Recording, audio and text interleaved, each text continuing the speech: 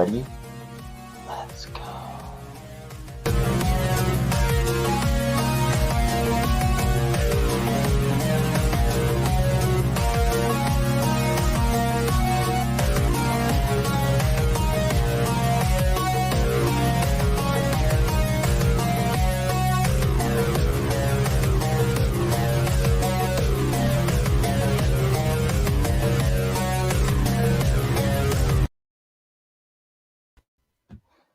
All right, it is live stream number 2. I thought we were going to do this to kind of wrap up the entire Cardano Summit. I think a lot happened. We got a big surprise in the Boost Mobile and Dish Network partnership. Who saw that coming? Did anybody see Boost Mobile and Dish? Did anybody know that was going to happen?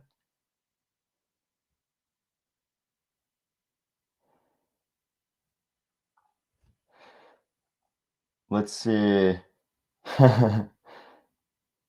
Seen Wasad says, got to go to work. People are saying nope. Yeah, I didn't hear anybody claiming they saw it coming. I didn't hear anybody claim they predicted it. So actually, good work to IOHK. I mean, if you can't say anything else about IOHK, you can say that they are very good at keeping secrets. Yep, Dish is based out of Colorado. What I believe I heard is that the current head of Dish and Charles had a mutual friend who introduced them, and all of this came out of that.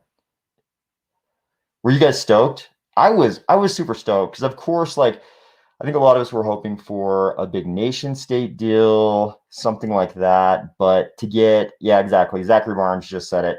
To get 8 million users in North America is amazing. I mean, like, how else are we going to source 8 million new people who could possibly be onboarded to Cardano? How else are you going to source them, especially when there's this prospect of putting an app store on the phones?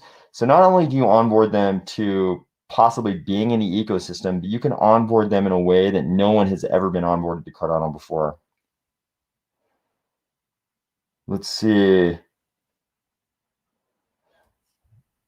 Eric Nichols is making a good point here. Eric says, I couldn't figure out how to move my avatar for the first 30 minutes. Laugh out loud. I think a lot of people are having trouble with the virtual world. What did you guys think about the virtual world? Did you guys like it? I was pretty impressed that it was actually the same instance of the server that everybody was on, and that we could actually interact with each other. I think it would have been really easy for them to do sort of like the metaverse where you're the only soul, kind of like Walking Dead, but it's just you. I think that would have been a pretty easy metaverse for them to create. So I thought it was super cool they created one where we could actually all interact. Some people are saying unnecessary. I got 7 out of 7. I also collected all 7 of those. Did you get all the badges? Yep, I got all the badges. This is pretty funny. Jason Payne, are we going to have to switch carriers? I know it's kind of interesting because I think there's a lot of big Cardano fans out there who would probably would not necessarily choose to jump to Boost Mobile for no reason, but I think they'll have a little surge of Cardano users for sure. Let's see.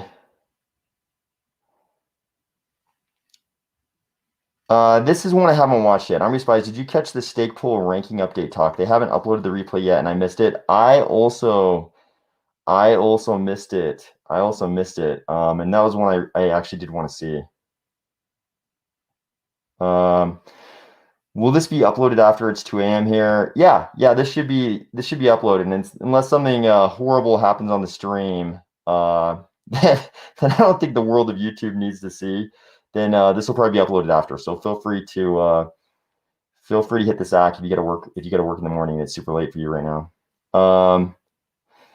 Here's somebody right here. Oh, that is not the one I was. Okay, Benny G. I'm leaving Verizon for Boost. Cool. Let's take a look. In fact, let's take a little look right now at Dish Network and kind of get a feel for what Dish Network's all about. Okay, once again, I am not a pro at streaming, so we will try to go over here to the tab where we can read about Dish. Okay, so we've got here's the Dish Network actual press release on this partnership, and it's pretty good. I'm always worried when Cardano has these big partnerships.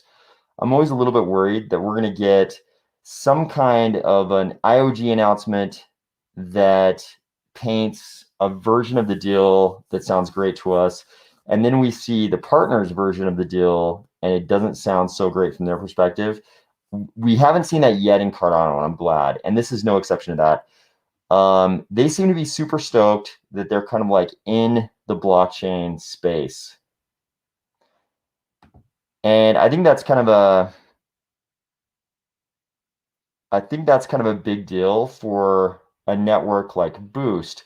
So if we go to, I'm going to try to go to a different screen here so we can look a little bit at Dish Network. Okay, here we go. Try to go over here to Dish Network. So I got to do a little button clicking to get over there. Okay, Dish Network. So actually, let's look first at some of the actual people involved in this. So this is the guy who's the head of Boost Mobile. And right here, let me see if I can find him. This guy, Chris Ergen, is the actual head of Dish, right? And this is the video. This is kind of I was hoping to read more detail in this video. This is a little panel discussion with the head of Boost, the head of Dish, Charles, and Jerry Fragaskatos. I was hoping we'd get a little bit more sort of like preview of what this partnership was going to be involved in, and they kind of just talked like the Dish guy and the Boost guy just kind of talked generally about how they wanted to be involved in something with blockchain technology. So I felt like we didn't learn too much from this particular video presentation. Did anybody catch anything in that video? Did anybody see anything or hear any rumors or anything? Let's see. Dish Network and DirecTV are the only two major cable companies going against each other. Okay, makes sense. Makes sense. Probably just rumors.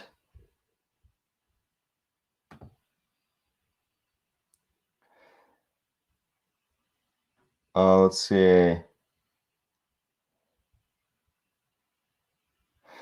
lot of people asking about Coty. We'll get to Coty.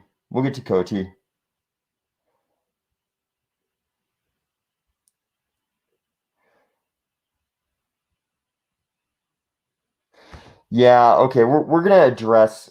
Someone sent me an article about this. We're gonna address this as well. I think this is relevant. We'll address that not tonight, but in a subsequent video probably.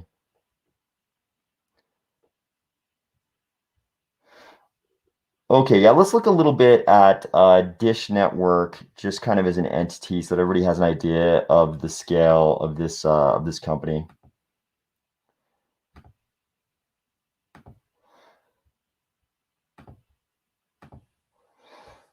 Okay, here we go. So Dish Network has revenue of 15 billion per year, total assets of 38 billion.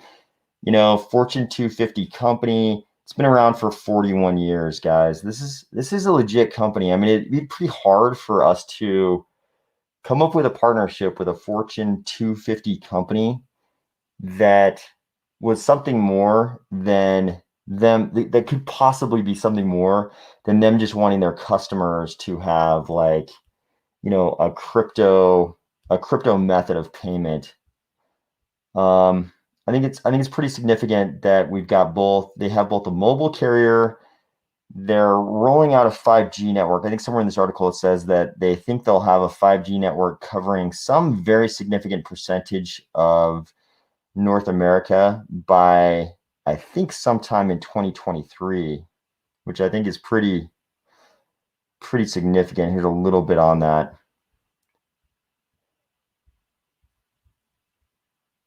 But I think it's a good partnership. If you're going to onboard 8 million people, and it could be a mobile carrier, I think that's a great partnership.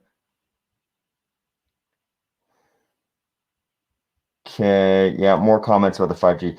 Dish and AWS form strategic collaboration to reinvent 5G connectivity and innovation.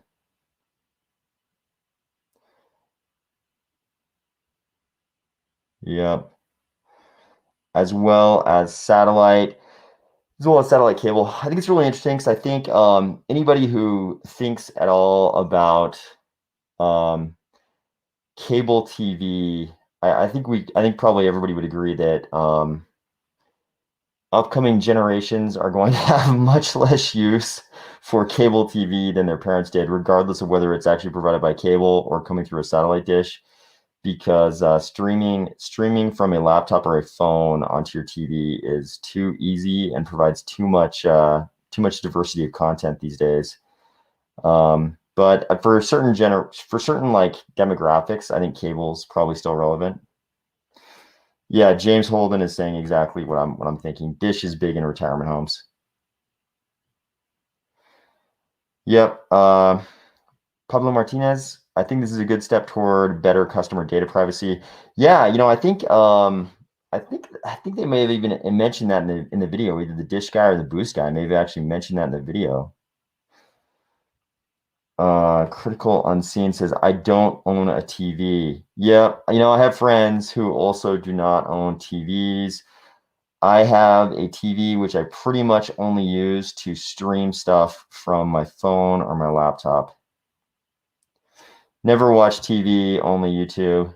Yeah, same. I mean, I will admit I definitely watch a little, some like streaming media sources like Netflix and Hulu and that kind of stuff, but I definitely haven't seen network TV in any form, and I don't even know how long it's been. Maybe it feels like a decade, but okay. Yeah, we've done a few videos on this. What do you think about IOG being one of the finalists for the Singapore Central Bank Digital Currency? I think it's wonderful.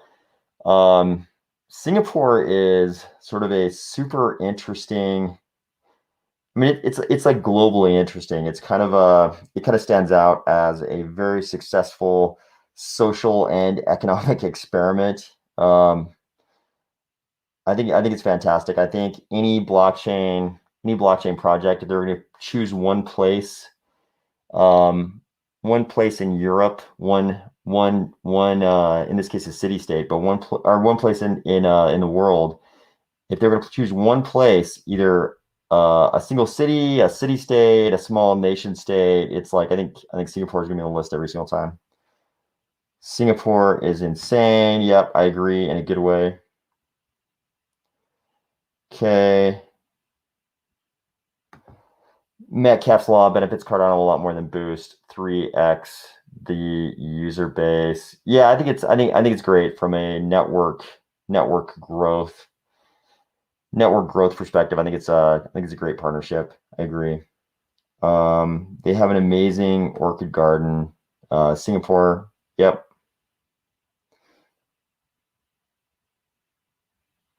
Okay.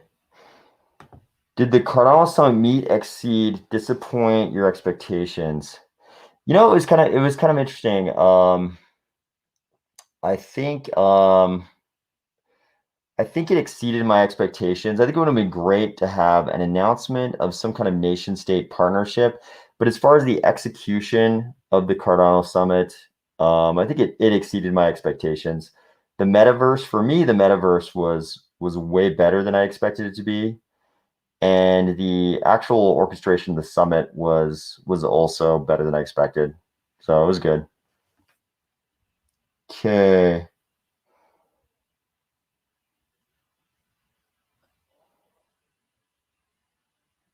What other protocol could pull this off? Yeah, no, I think that's a relevant question from the gnome here. If you ask yourself, even among the top 20 protocols, if you ask yourself who would be able to pull off a partnership with a company that has 8 million handsets in North America, like 8 million pieces of hardware out there with users that you could potentially deploy your products on.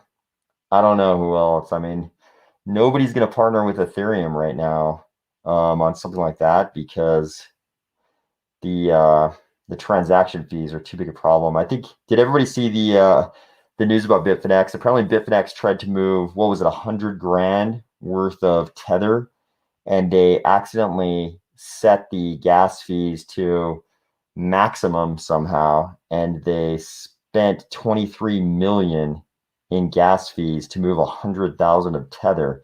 At least those are the reports I heard. Did you guys hear about this?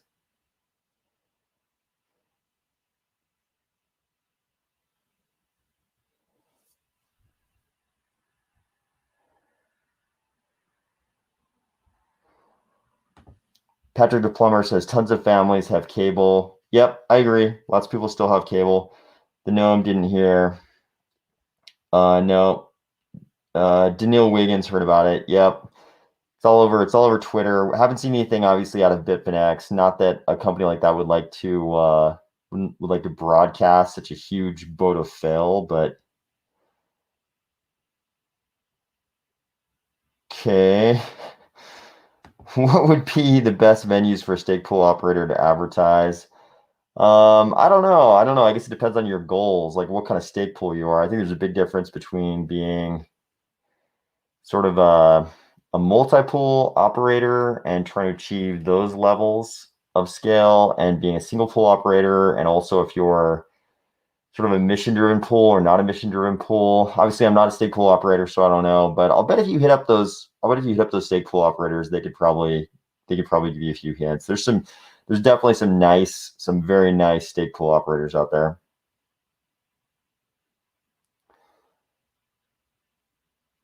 Okay. Yeah, this is something I've heard, Pete Van. There's a rumor about Amazon wanting to get back into the telco space, and Boost is the target Amazon wants to acquire that will associate Cardano with Amazon. I've seen some things about that just today. It was all highly speculative rumor stuff, but I have seen some things about that. I can't vouch for the validity of that in any way, but we'll look into it. We'll keep an eye on it, and if you see anything, send it to me. I'd love to. If you see anything that kind of corroborates that, I'd love to see it. I agree with this. This is maybe DaVinci L.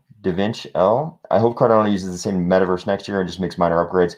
Was feeling familiar by the end of the weekend. I agree. I was willing to go through and find all 7 of those sort of pre-NFTs. I mean, they only become NFTs, I guess, if you collected all 7 and you get selected in the lottery to actually win the real NFTs. But yeah, I think they could iterate on that, and I'd love to see the world on the back of the turtle again next time.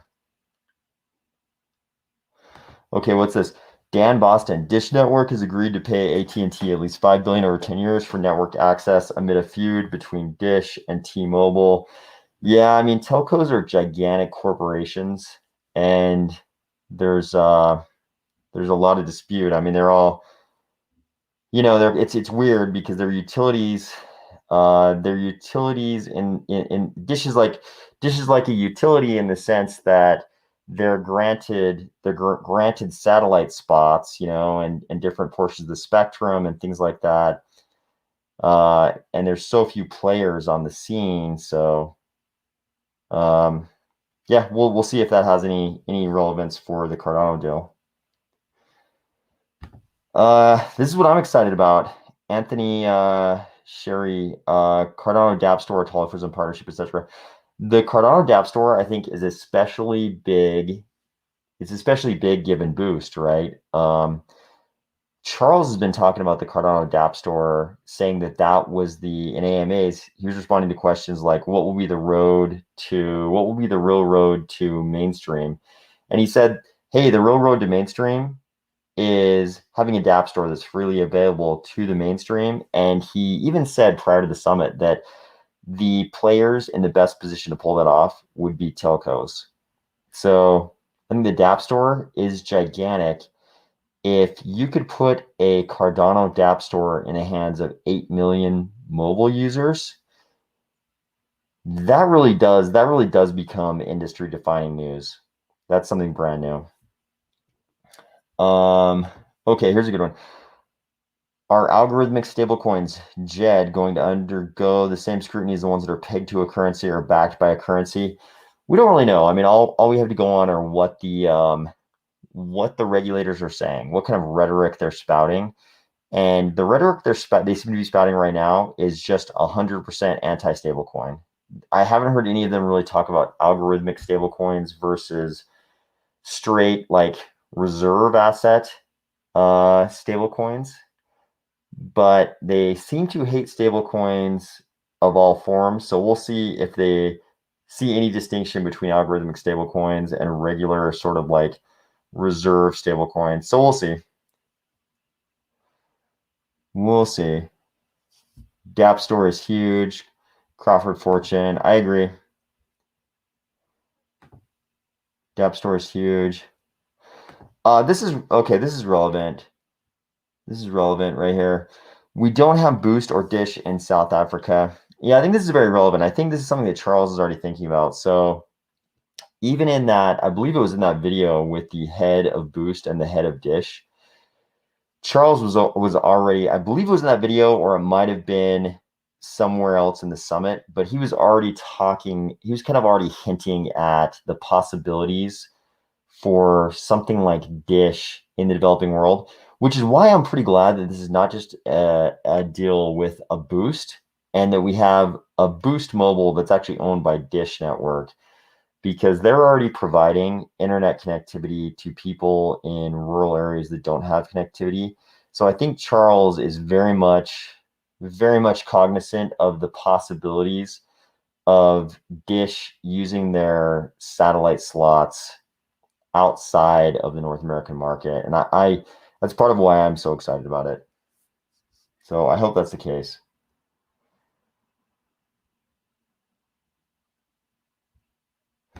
Yep. We don't have Boost in Africa, but we have World Mobile. Yep. I love it. I love it. I think everybody knows I love World Mobile's mission, and I hope I think it'd be great if we could see some kind of, I don't want to use a corporate buzz term here, but some kind of like synergistic partnership between World Mobile and Boost and Dish, or any two out of those three in the developing world. Okay. Yeah, this was a little bit of a tease, right? I was intrigued by the comments around Wyoming banking licenses and crypto. I get this feeling that Wyoming is going to become the Silicon Valley of crypto Buffalo Valley, crypto Bison Valley. Yeah, I think Wyoming's way ahead of the herd. I also listened to a lot of the Wyoming blockchain stampede legislative subcommittee meetings. So they have a legislative subcommittee just on blockchain matters in Wyoming, and they broadcast their meetings last week as part of the blockchain stampede, which is also kind of the Wyoming hackathon. And they're the Wyoming people kind of involved in this. They seem to be very well aware that if they can't get the feds to give them access to the Fed payment systems, that they might lose their advantage. So I think they're definitely trying to figure out ways to get the Fed moving and give them access to things like ACH and routing numbers. We talked about it in a video earlier, but most people don't realize that the way banks get routing numbers is through the American Bankers Association. I might be slightly messing up their name, but it's something close to that. And that's a private organization run by banks. And that's the only way to get a routing number. And you can't get involved in all the Fed payment systems like ACH unless you have a routing number. So Wyoming, the people in Wyoming who are focused on crypto stuff seem to be very aware of this, and they're also aware of the risk that they could lose their first mover advantage if they don't get banks like Avanti and Kraken Bank, which are Wyoming speedy banks, special purpose depository institutions. They seem to be pretty aware that they need to get those, get them routing numbers and Fed access as quick as possible so they don't lose their first mover advantage. But I think they could become the crypto Bison Valley if they have a little bit of luck there.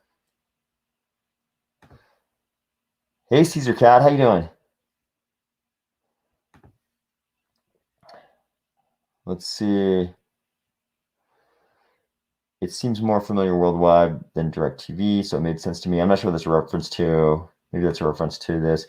World Mobile will surely offer Cardano products in Africa. Yeah, the World Mobile guys seem, yeah, they seem to be, they seem to be excellent, excellent citizens of our ecosystem. I love their mission so much. I try not to inundate you guys with all the great things I think about what those guys seem to be trying to accomplish. But yeah, I think they're excellent citizens of our ecosystem. What other states are competing on that front?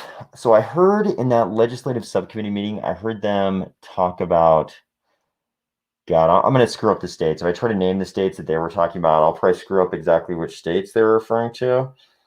But I want to say Nebraska and maybe Texas. So basically what they've done is they've created a regulatory framework for these special purpose depository institutions and a bunch of other crypto type entities, including the DAO as LLC thing. And a lot of other states are sort of in the process of copying them or copying parts of what they've passed. But Wyoming's definitely the leader. Okay. Excited to see how much Atala Prism will be adopted in the upcoming years. I am too. You know, I had an interesting conversation. About the beauty of Atala Prism as sort of a layer 2 solution, because you don't actually, with things like the Ethiopian Ministry of Education project, my understanding is that there's this sort of beautiful architecture there where we can store all of the academic records and everything off chain. And the teachers and students, when they're signing, they're actually signing with their private keys on chain, on the base layer. But we can store all that data kind of off chain and keep that from clogging up the base layer there. So I think there's great things with Atala Prism. I think it's a great product. I don't think when Charles first premiered Atala Prism, I think in Florida, I think that was the first time we heard about Atala Prism. He was super excited about it, and I think a lot of people were confused why, but I think there's a lot of beautiful things about what Atala Prism can do, and I think there will be a lot of adoption. I don't know. I mean, I have thoughts and aspirations and hopes about ADA price, you know, but I don't have enough certainty of my own predictive ability to actually say that on this channel, because I would not want anybody to rely on that in any way and be disappointed. So I never talk about price, actually.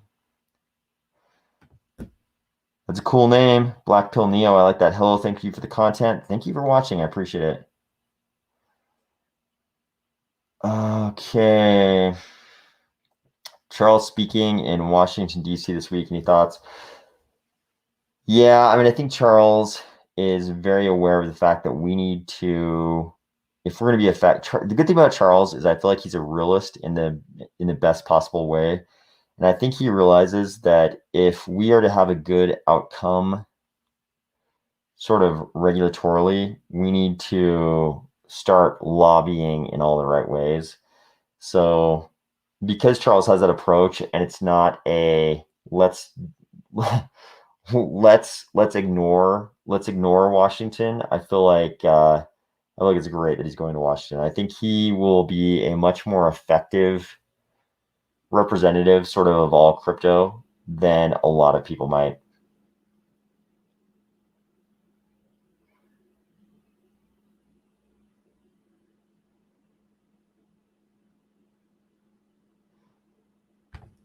Yeah, I mean, Charles is obviously aware. The way Charles pays attention to every single thing that could possibly impact Cardano, I would believe that he is very, very aware of the timing of everything in the legislative process right now. So yeah, I think he's super aware. This is also possible. I'm afraid he may say bad things to a senator. I think that is also possible. As much as I feel like he's a realist, he's also a passionate man. And I don't think you'd want Charles. I think this is possible. This could actually happen. I think if we ever saw like a Charles testimony before the Senate Financial Services Committee, I think we would have to have a much more restrained Charles than we see on the AMAs, because I think this is also very possible.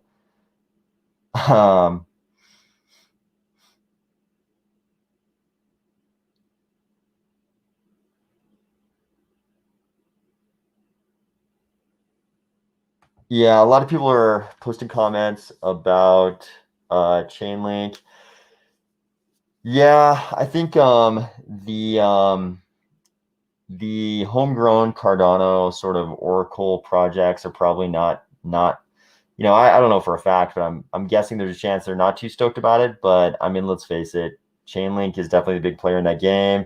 And if you want to provide the very best Oracle resources for your DeFi projects, it's not a bad idea to partner with Chainlink. And of course, Chainlink wants to partner with us because we're not broken by fees.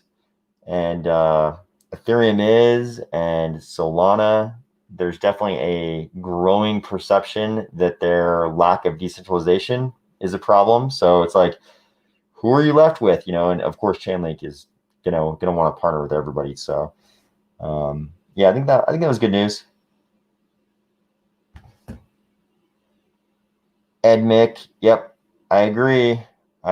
We are transforming into a beautiful swan right before the crypto space's eyes. Absolutely.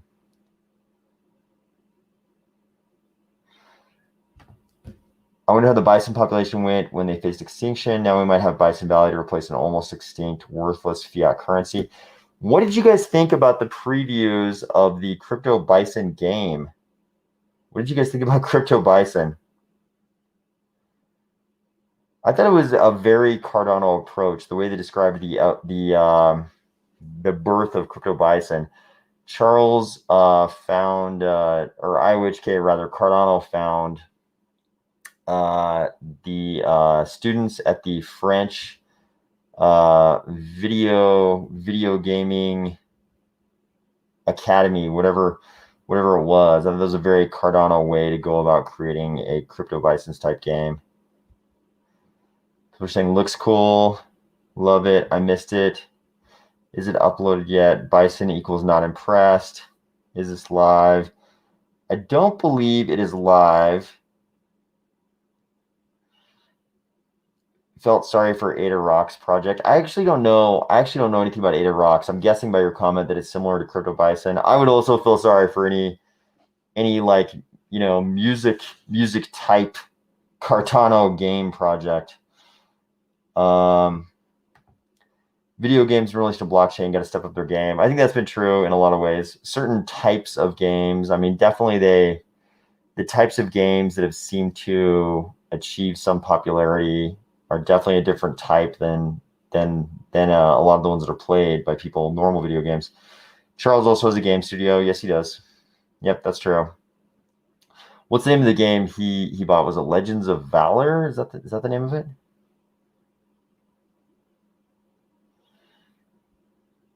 Yeah, this is also kind of true.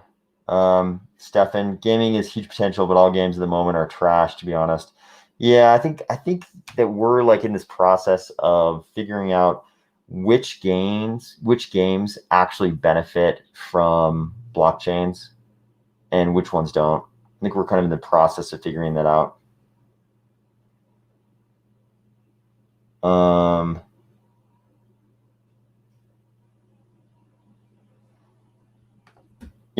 I don't pay too much attention to the NFT scene. just because I'm so much more interested. I'm so much more interested to see the birth of functional NFTs. So I'm so much more interested in functional NFTs. It's really hard for me to get interested in the art NFTs. I think those are probably the bulk of the kind of drops you're talking about here. Okay. The Wandering Gamer. Thanks. I appreciate that, Wandering Gamer. I appreciate it. This is an interesting question. This is something I think about a lot. How can a mechanism to limit access to digital media using NFTs work? Would the user have to send ADA to a wallet, or is there a mechanism available that does not require the user to transfer ADA? Yeah, so I mean, if you think about the way this is kind of at the heart of the functional NFT stuff that I like to think about. So if you think about things like Decentraland. Sorry, I always go to the Decentraland example, but it's because I think it's a project that a lot of people are familiar with.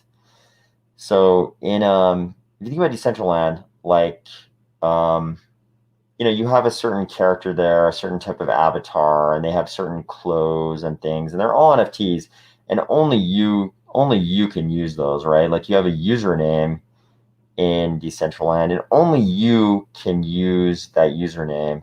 And it's because the system, if you will, system kind of in air quotes, sort of recognizes that it's your wallet that holds that NFT, and you sign when you log in.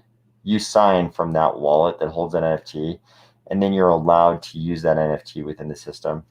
It's kind of the same thing here, right? There's some digital media, the same kinds of mechanisms. Obviously, it's going to be different in Cardano because we're going to be in a functional programming environment, but the same kinds of mechanisms will allow you to access digital media, as allow you to do things like use your specific handle in Decentraland, which is an NFT. So, but it doesn't involve you. It doesn't really involve you sending that NFT anywhere. Like when I sign into Decentraland, I don't have to send the NFT that corresponds to my username anywhere. It stays in my wallet, but because it's in my wallet that I signed with when I logged in, I get to use that particular username. Okay. Ooh, this is a very open-ended question. Your thoughts on best next step for Cardano? I think exactly what they're doing. Like the really interesting thing is, to me, in terms of Cardano evolution, is their parallelization of all the things they're working on, right? Like they're constantly working on nation states in sub-Saharan Africa, which I think it's a really beautifully data-driven move by a blockchain ecosystem. Lately, of course, because of all the Evergrand stuff going on in China, I've been paying a lot more attention to macro commentators on China, which is something I've kind of paid attention to over the last 5 years anyways.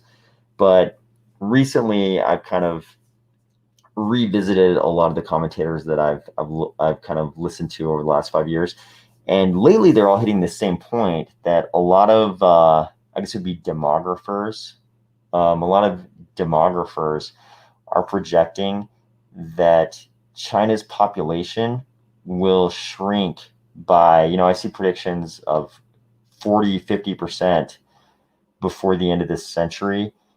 And Africa's population is just the opposite, right? Africa's population is very young and booming.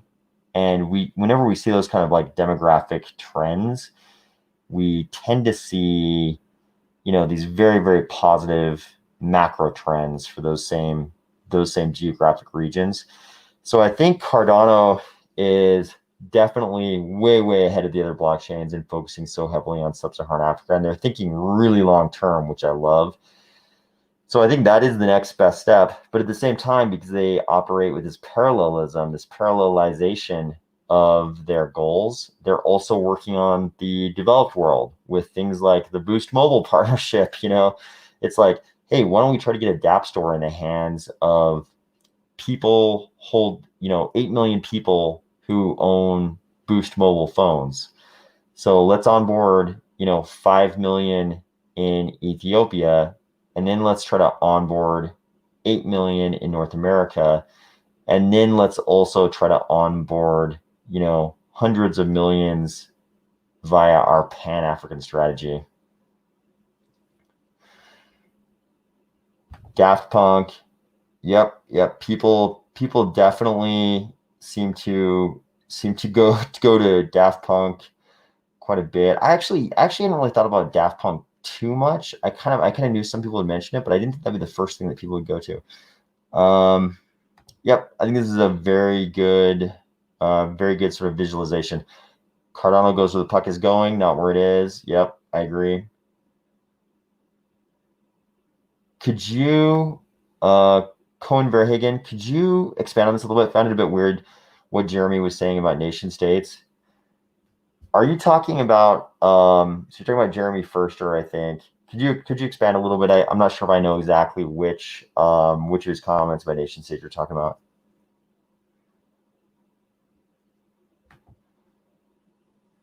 This is going to be an ecosystem with slow growing but extremely deep roots. It's going to be one hell of a sturdy tree of life. I agree. I think that's why I love the metaverse world built on the back of a turtle.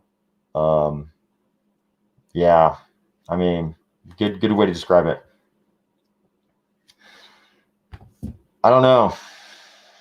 I think Charles's whiteboard video on how to fix social media, it described ways to deal with fake news. And I think those same kind of mechanisms Charles was describing in that whiteboard video are probably way more well thought out than anything I could come up with, because I haven't given it much thought, because I like Charles's solution so much. I haven't given any much thought of my own beyond that. Okay. Okay, this is kind of interesting. Do you have concerns about the media linked to an NFT, functional or otherwise? Thank you for bringing up the functional NFTs.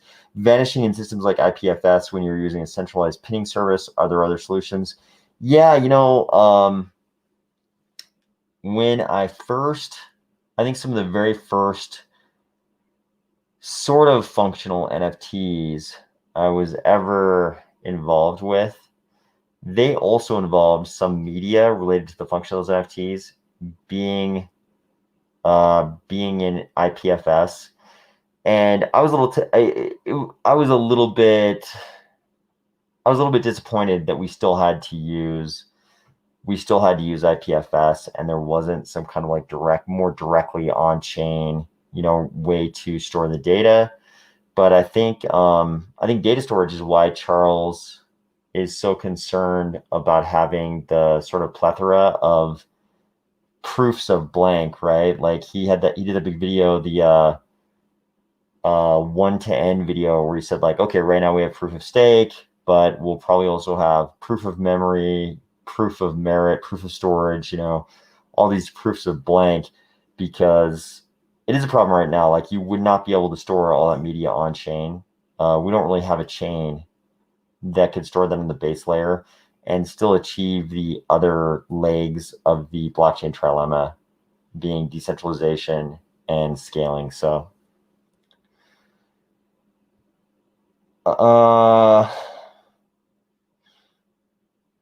okay.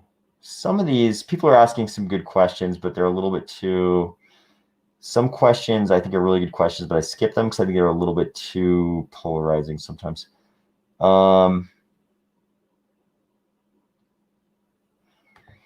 Okay, if Bitcoin becomes legal in resource-rich I like to call them developing countries, right? I think it's a little more positive to call them developing countries. In resource-rich developing countries, how will countries stop politicians being funded by agitators from the outside? If Bitcoin becomes legal, how will countries stop politicians being funded by agitators from the outside? I think anything you don't want people to do with money or assets, they're already doing way more with cash, right? Cash is much better for all this kind of stuff. I think those same politicians would probably rather have cash than the Bitcoin, because it's not so easily traceable, right? So I don't think it's that big a problem. Many projects going to start migrating to ADA due to high Ethereum gas fees. Let's say gaming coins, for example. I saw VRA Gaming Coin employed a lady that used to work for ADA. She said they're trying to migrate. Oh, I don't even know about this. If you got a link or something like that, I'd be interested to read that story and see who is the lady you're referencing here. But I actually don't know too much about that. But I agree. Many projects are going to start migrating to ADA due to high Ethereum gas fees. I mean, we just got smart contracts this month. We hit Alonzo this month. So we're at month 0 right now. Next month will be month 1 of having smart contracts. And I mean, we still see, even today on Twitter, we saw Adawell, I think, responded to, he had a pretty funny response to someone's comment that they couldn't understand how they were basically asking how NFTs were being distributed given that we didn't have smart contracts yet. And they were jokingly asking if Charles just sends you the JPEG, because this person didn't even, like, not only did they not realize that you can mint NFTs on Cardano without a smart contract, but they also didn't realize that we already have smart contracts. So I mean, we're a month 0, and I think once projects figure it out, we could experience an onslaught of projects migrating.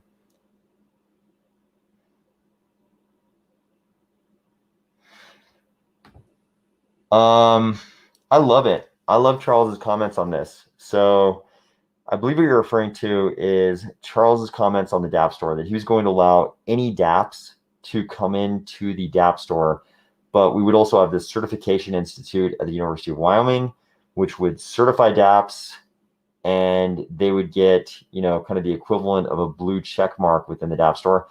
I love it. I think it's a huge problem with not only current app stores, but also social media in general, that gigantic tech companies are the gatekeepers for, the things we're allowed to consume and use. I love the idea of allowing any DApp in there, but certifying the ones that deserve it. So I love it. Okay, let's get to this. Thoughts on Coty? Actually, before I'll come back to that. Let me just answer this real quick. How's your progress with the Haskell book? Have you played with Plutus yet? Yeah, so I'm about 400 pages into the 1,200 page Haskell book. I haven't made much progress in the last couple months, but I would like to get back to it and make more progress. Yes, I played around with Plutus. I think it's super, I'm to that point, I think, in my being a beginner, like a bad beginner in Haskell. I think I'm to that point where it's kind of fun to write stuff in Haskell. I would say I'm not quite to the point where it's like fun to write stuff in Haskell right now, but I'm not quite at the point where it's fun to write stuff in Plutus. And that's because I need to take my bad beginner status in Haskell. And I mean bad. I mean actually very bad beginner status in Haskell, and just go through the Plutus Pioneer courses and learn sort of the blockchain pieces that will make Plutus fun as well. But I just need to get down to it and do it, and then that'll be pretty fun. Okay. Oh, here's Cone Bearhagen. During the panel discussion, it looked like Jeremy was not on the same line with Charles regarding onboarding of nation states. Jeremy said we don't need them. For him, small business are more important. Okay. I do remember this. I think this might have been that final closing panel discussion. Yeah. That was, I think even the moderator of the panel was trying to sort of reconcile those two different positions. I think that's one of the things I like about the way IOHK is run, is that a diversity of opinions are allowed. I'm definitely on the side that we should definitely onboard nation states. I think a lot of early sort of crypto adopters, like hardcore crypto people, struggle to reconcile the crypto ethos of freedom and, being sort of disconnected, from governments with the awesome things we can do when we do partner with nation states, but having, seeing how awesome the results of the Ethiopian Ministry of Education project could be, like just thinking about 5 million students in Africa being able to verify the work they did in school, like it actually creates meritocracy where there was, some gaps in meritocracy. So having seen that, I'm definitely on the side of onboarding the nation states where we can. Okay, let's go back to, thoughts on Coty implementing Djed. Is this proper? What pronunciation do you guys like? Do you guys like, I noticed Charles uses Djed. Do you guys like Djed or Djed or something else? What do you guys say? Are you guys saying Djed? Cohen Verhagen says me too. I think Cohen is referring to the nation state thing. Yeah, I'm with you. Pablo Martinez says Djed. Emorable says Emorable. I guess Emorable says Djed. Oh, you guys are all going with Djed. Okay, we got a few Djed, Djed, Diehead, DJ Ed. DJ Ed. I kind of like DJ Ed. That's pretty good. Djed like gin. Djed like gin. Yeah, I kind of like that too. Djed, gin. Yeah, I think if you've been exposed to languages that combine consonants, that have like sounds that are combinations of consonants that we don't normally use in English, I think a lot of people with that kind of exposure are going for sort of a hybrid sound. Djed. A lot of people are, more people are going for just Djed with no D sound than I expected. Andrew Wild is using the actual like IPA symbols for it. I am not, I have to admit, I feel kind of, I have always regretted that I'm not good at understanding the IPA symbols. DJ Ed Khalid. DJ Ed Khalid, that's pretty good. You are talking Slavic and Arabic languages, also some other languages. I won't tell you guys which sort of family of languages I'm thinking about in particular, but it's not a Slavic or Arabic language, but it's one that has many more sounds, many more consonant type sounds than we have in English. I think there are a lot of them beyond even Slavic and Arabic languages, but I'm sure that's true what you're saying there, Bernard. Richard L. Ortiz says almost like shed.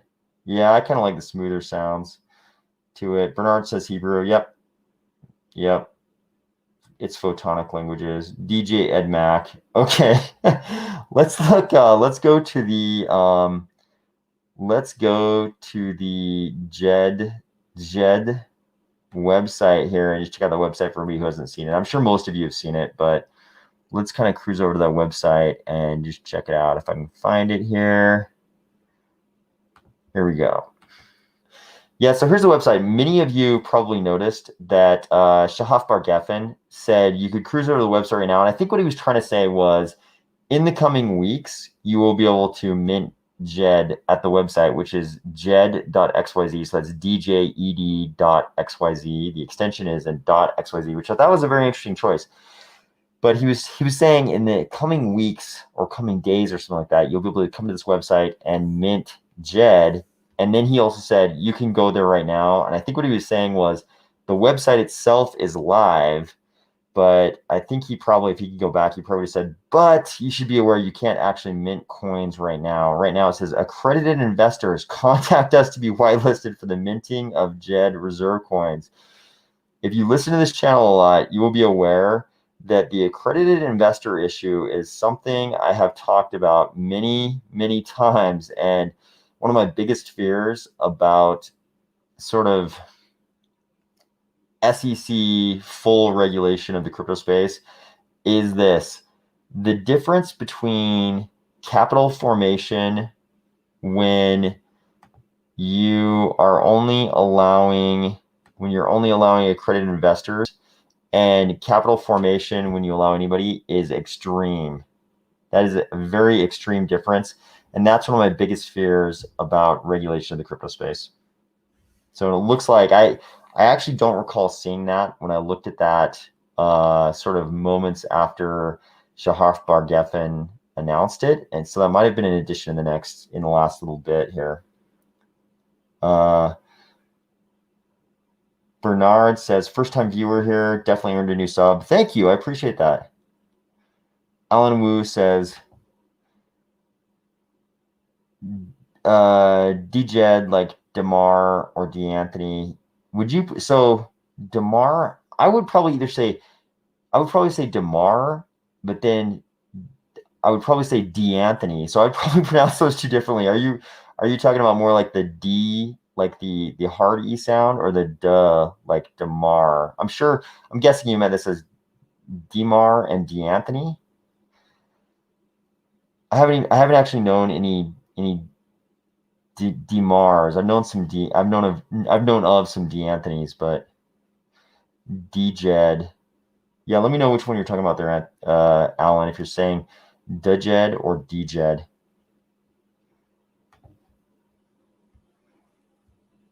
Okay. James Robertson says, Djed, like AA Ron. Yep. Is that a Mindy Project reference? Very funny. Okay, this is helpful. Zachary Barnes. Djed is an Egyptian word that literally means stable, and it's pronounced blank. Oh no, he says Djed. Okay, yeah, I knew it was an Egyptian hieroglyph that means stability or stable. And it kind of looks like a column. And I sort of assumed that eventually everybody would come up with some kind of pronunciation. But I sort of wonder, I've seen those videos on YouTube where a linguist sort of takes you through analysis of various languages and why he thinks that those languages are successors to ancient Egyptian, and why, based on the pronunciation in those languages, he thinks he can approximate the pronunciation of ancient Egyptian. But I'm a little bit skeptical that those linguistic connections can truly give us certainty as to the pronunciation of ancient Egyptian. I'm sure that Egyptologists and modern linguists have like a consensus position on how you pronounce the name of those hieroglyphs, but whether or not that's the same way ancient Egyptians pronounced them, I'm a little bit skeptical. But it is interesting if this is like the consensus among sort of linguists and Egyptologists about how you pronounce it. That's valuable too, though.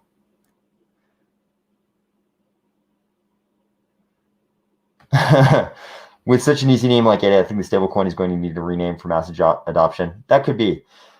What if, this is a big what if, what if the stablecoin was named with Egypt as a target for adoption? What if they chose the Djed name because they knew Charles was going to go on this big trip, and that Egypt was one of the biggest countries he was going to be visiting, and the whole thing was just aimed at Egyptian nation state adoption of the stablecoin? What if that's what was going on? Then Djed might be an excellent name, right? Even if it's a Pan-African thing, you could see them trying to kick off a Pan-African stablecoin by getting Egypt to adopt it, and then sort of just going down the Nile and getting all the countries sort of along the Nile who might be trading with Egypt in some way to adopt it. And then from there, you sort of fan out into sub-Saharan Africa. So interesting possibilities there. I don't think we'll know. Cardano seems to plan so far ahead. I wouldn't put any of those kinds of things past them. Okay. Oh, this is kind of interesting. So Zeme, a school alma mater of mine got burnt, and with it burned our transcriptive records. How do I convince them to utilize Atala? I would say it depends. If it's in Africa, I would say get a hold of John O'Connor, have John O'Connor talk to him. If it's somewhere else, maybe still reach out to John O'Connor and ask him who on your continent they should talk to. But this is a legit problem, even in the developed world. I think a lot of people's sort of genealogical records and things like that. There are gaps in people's genealogical records because buildings burnt down and with them went all the records. So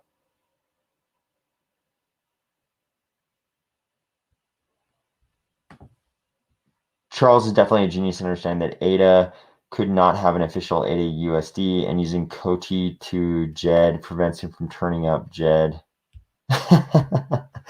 Very, very crafty pun there. Very, very crafty pun. Okay. Brilliant. What? Oh, thank you, Janelle. That's something I've been thinking about ever since I saw the name Djed. I kind of wondered. It's such a specific name. I sort of wondered, in my mind, I was like, I don't believe that they would name something so important randomly. I didn't believe it was just someone's random interest in Egyptology that would lead to that name. And when Charles announced he'd be visiting Egypt, that was the first thought that went through my mind. I think the stability, the meaning behind the stability hieroglyph is also perfect. But the first thing I thought about is how it might help them with adoption in some way. Andrew Wald says, well, the wiki also mentions some Egyptian mythology connected to Djed too, considering their other names seem a likely muse. Okay, yeah, that makes sense. We've definitely got there's definitely a lot of mythology in the nomenclature in Cardano with names like Plutus, and all the rest. Obviously, we've got a lot of scientific names too, names of actual scientific figures.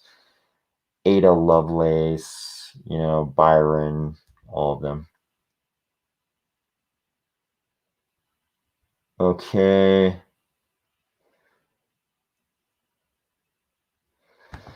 Yep. This is my understanding. I think a lot of people, yeah, I think a lot of people don't understand the love. I think a lot of people don't understand the position of Circle. I think a lot of people sort of overlook why they don't understand the connections there and why Coinbase uses USDC and why USDC seems to be so well used, we'll call it. Okay.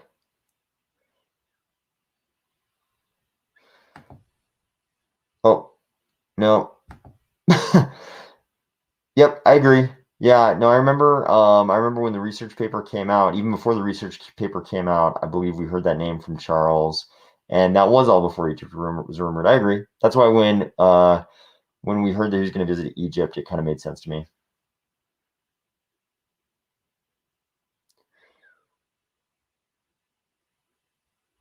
Okay, let's see. Shahaf explained the name Djed on Banter yesterday. It's the Egyptian columns and represents stability. Yep, Charles also talked about that in an AMA. Yep, several weeks ago, I think.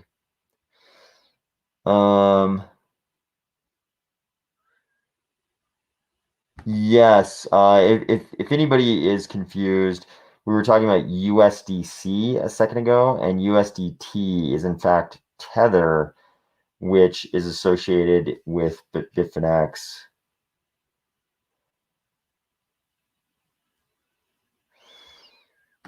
No idea. No idea on price or market cap whatsoever.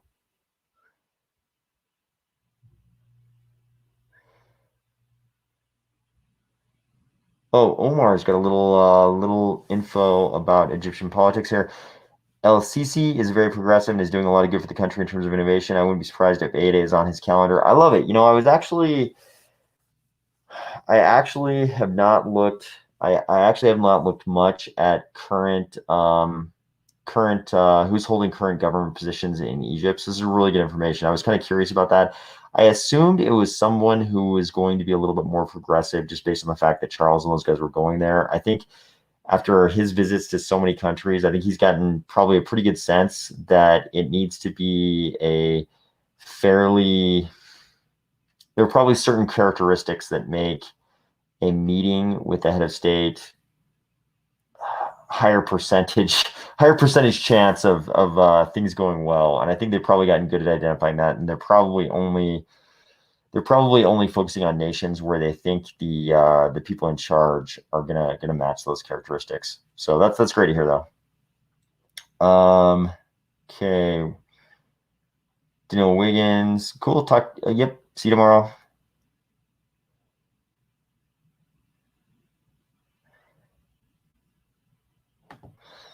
Did you hear anything else about the Singularity Net NFT project? No, I actually missed.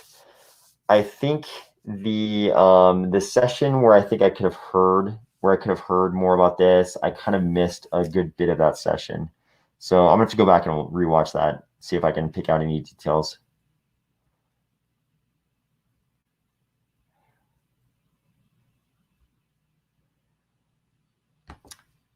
How could the blockchain be used to help mitigate the problems associated with the imminent arrival of deep fakes to spread fake news, since we know fake news propaganda faster than truth? Same answer. I like Charles's whiteboard presentation on how to fix social media, including fake news. I definitely don't have any better explanations than he does. Yeah, we definitely did not hear anything about El Salvador in the summit. So, maybe who knows, maybe there's nothing going on with Cardano. Maybe they're going 100% with Algorand and Bitcoin. I don't think we know.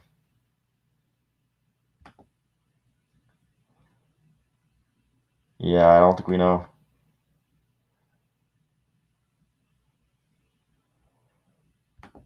This is a good question. Pablo Martinez.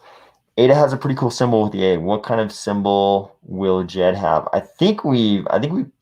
We've seen something that approximates the hieroglyph.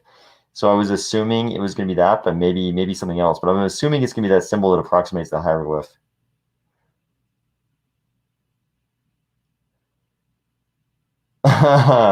So, yeah, I think it was, okay, Cohen Verhagen, I think it was spurious, right? The deleted tweet was an executive at Amazon, but he was in the finance department. If I remember right, he's in the finance department at Amazon.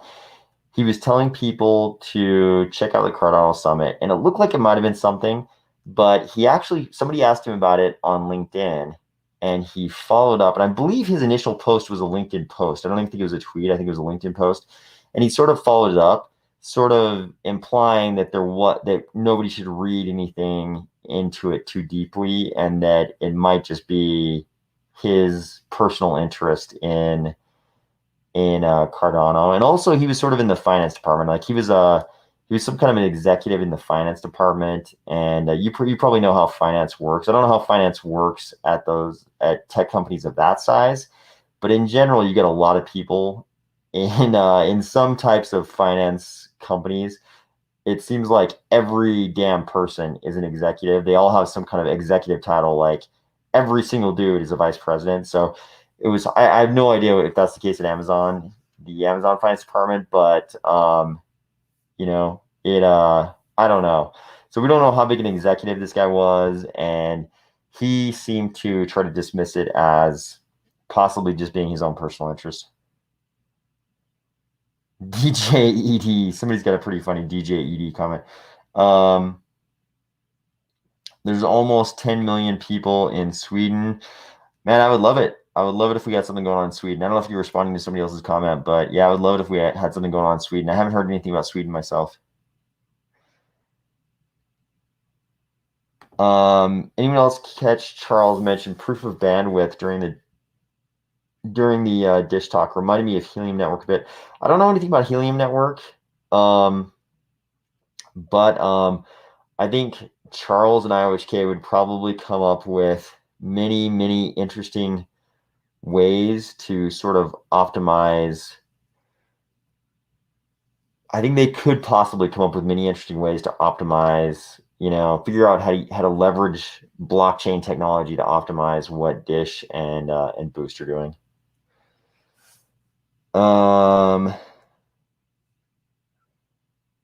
Oh, here we go. Okay, here's Moto Vikings' earlier comment I missed. I'm trying to get in touch with the Swedish government because they wanted to do a Swedish e-coin on own blockchain, but they realized there's too much work. Hopefully Cardano could solve this. That would be amazing if we could get an economy like Sweden on running some type of a coin on Cardano. That would be truly amazing. If there's anything you can do to make that happen, please do. Acon got a coin coming out soon. Yeah, people were telling me that Acon was on another channel talking about Cardano. I think that would be very interesting if Acon was planning on doing something with Cardano.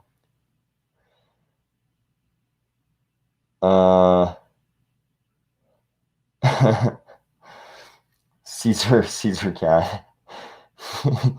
Acon turned vegetarian, renamed his coin to Acorn. Very funny.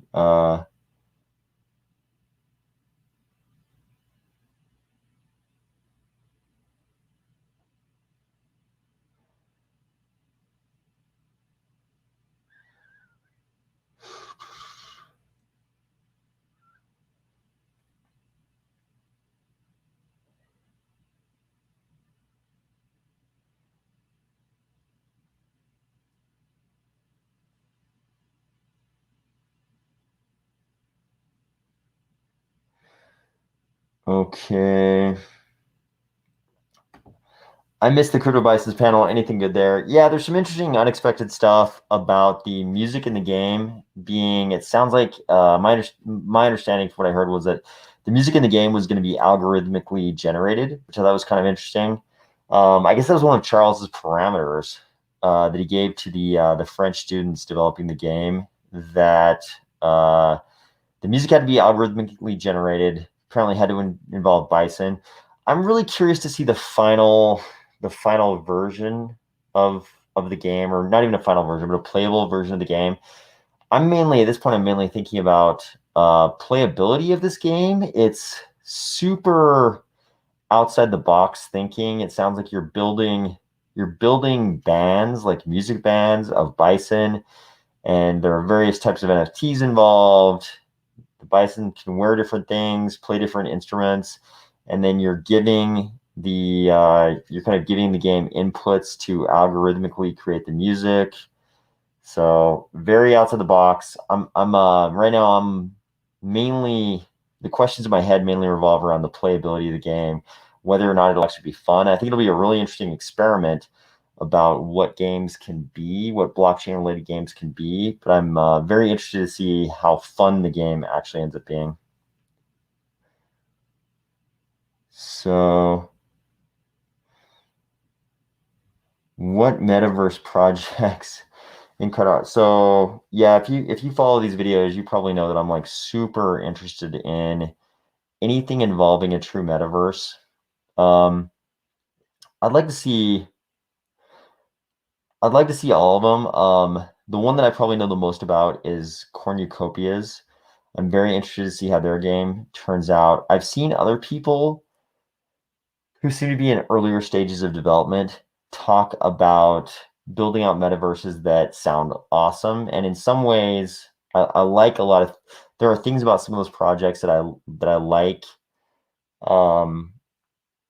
I should say there are elements involved in some of those other sort of those projects that are more at the beginning of a little bit further towards the beginning of their development than Cornucopias. Cornucopias is probably further along, it seems like. But some of those earlier stage projects, there are things about them that I really like that maybe aren't as present in Cornucopias. But I mean, even Cornucopias is so early stage. I think what we end up with there could be very different than even what we've seen so far. So I think we won't really know. I think we won't know until they all get a little bit further along. But I'm super interested for sure.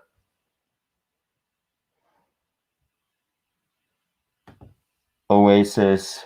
Yeah, I've seen some people talking. Obviously, Oasis is, we all know of the fictional Oasis metaverse, and I've seen people talk about an actual project named Metaverse that I don't really know anything about. So if anybody has a link or something they can send me, please do. The Nervos Bridge. I get that. I wish I understood more about the motivation for the Nervos project. I feel like I don't.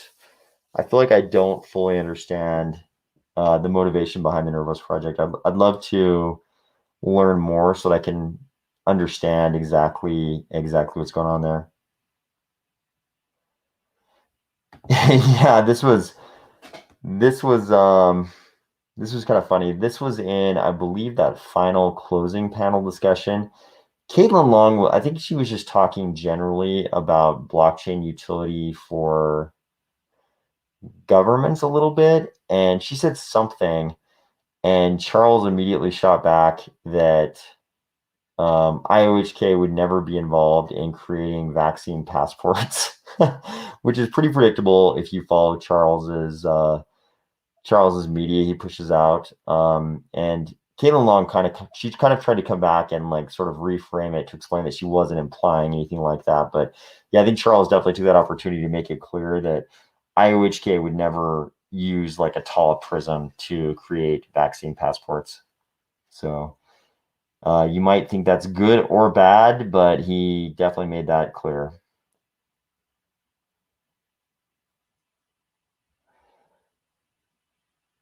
Okay. Why aren't you a stake pool operator? I've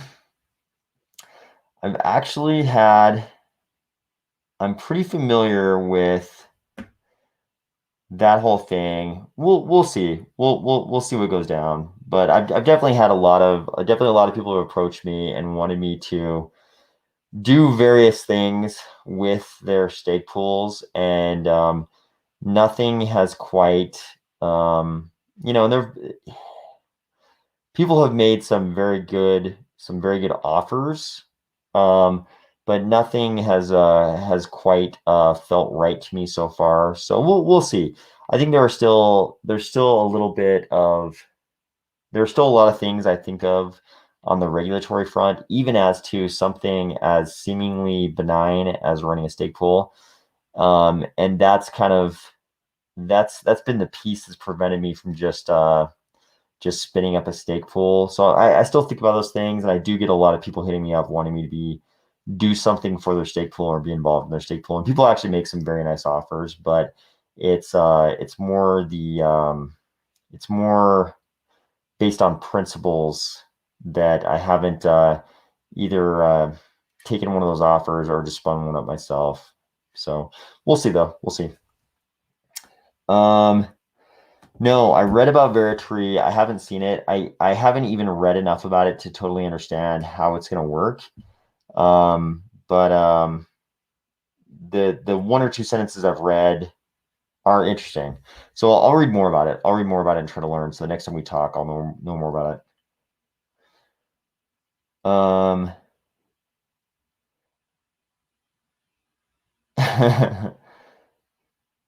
People are making funny jokes about stake pool names. Okay. John Michael Sarin, I'd totally stick on Army of Spies. Thank you. Thank you. I appreciate that. Is there not a single DeFi project on Cardano that you think will succeed? I like a lot of them. I like a lot of the DeFi projects, and I think some will succeed. It's more that I'm afraid for them. I'm like afraid of what regulation coming to the space will mean for DeFi projects, not just in Cardano, but in general. I'm like very afraid for what regulation will end up doing to the DeFi projects. I like them, and I like a lot of the people. I really like a lot of the people involved in a lot of the Cardano DeFi projects. I'm just scared for them. Um, who are you? You is Satoshi? No, no.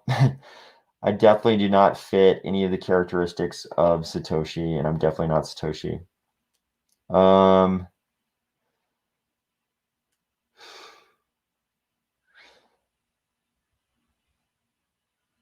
Feel the fear, do it anyways, not financial advice. Yep.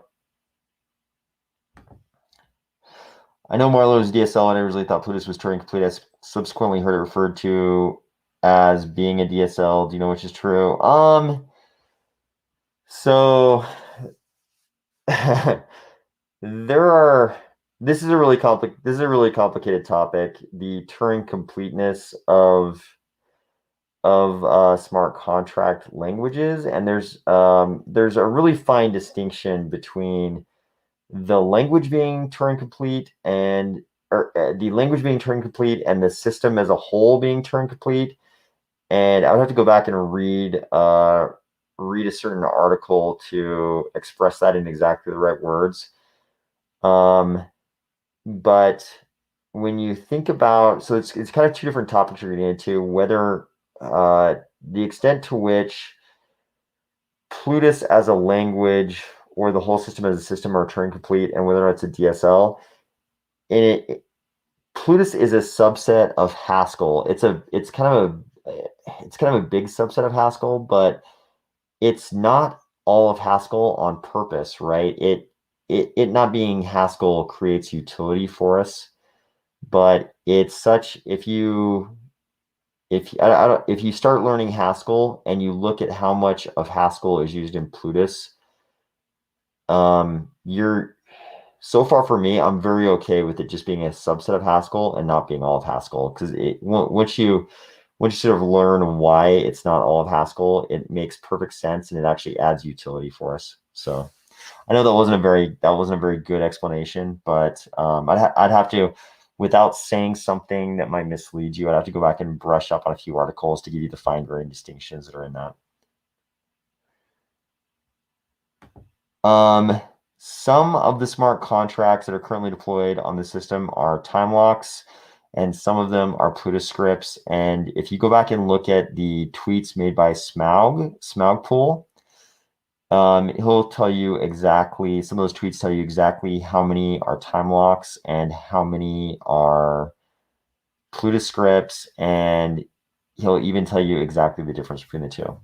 And it's a very good explanation as well. Okay.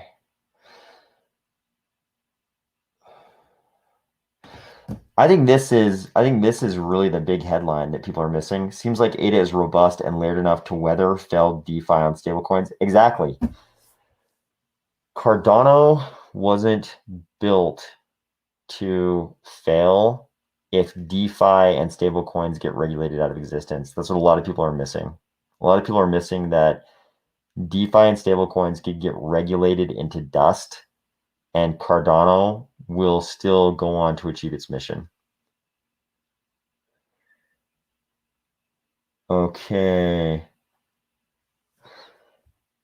How big do you think Coty collab with Cardano will be? It's very ambitious goals.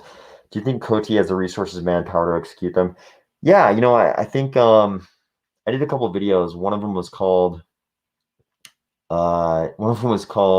basically, why does Cardano need Coty? And another one was a rehash of the way the Coty DAG works, the directed acyclic graph. And it explains, I kind of go into detail explaining the enormous scalability of DAGs compared to blockchains. And I think that explains, in my mind, that explains a lot of the potential of any partnership between Coty and Cardano, even beyond just the Djed partnership. Okay, hi Army of Spies. I just tuned in. Why the masquerade? I don't want the channel to be about me, and if I'm on camera, it would be eventually everybody will it'll become, my identity would be sort of unveiled, and a bit of the focus of the channel would probably end up being on, my own identity. And I don't think that's the most valuable way for us to interact. I think the most valuable way for us to interact is for us to be focused on Cardano and sort of like our journey in Cardano. So that's why I choose to remain anonymous. Okay, Luke, I hope that answered your question as well. I have seen a few Cardano YouTubers saying AWS has an interest in Boost. Any truth to it? A bunch of people were sending me messages about IBM running certain things in AWS and IBM helping Boost with their 5G rollout. And I haven't been able to verify any of that stuff or like even read enough to vouch for the fact that these connections exist. So I'll look into it, and if there's enough there to make a video about it, I'll make a video about it. But I'll kind of look into it. I've seen a lot of that as well today. Okay. Do you have other coins in the bag other than Cardano? Yeah, I've been in crypto since like 2013, 2014 time period. So I definitely have other coins besides Cardano. I don't get into it just because I don't want the channel to get sidetracked by discussions about those other coins. But I can definitely say that the Cardano part of my portfolio is overwhelming. So have you read the game book? Are you talking about the Neil Strauss book?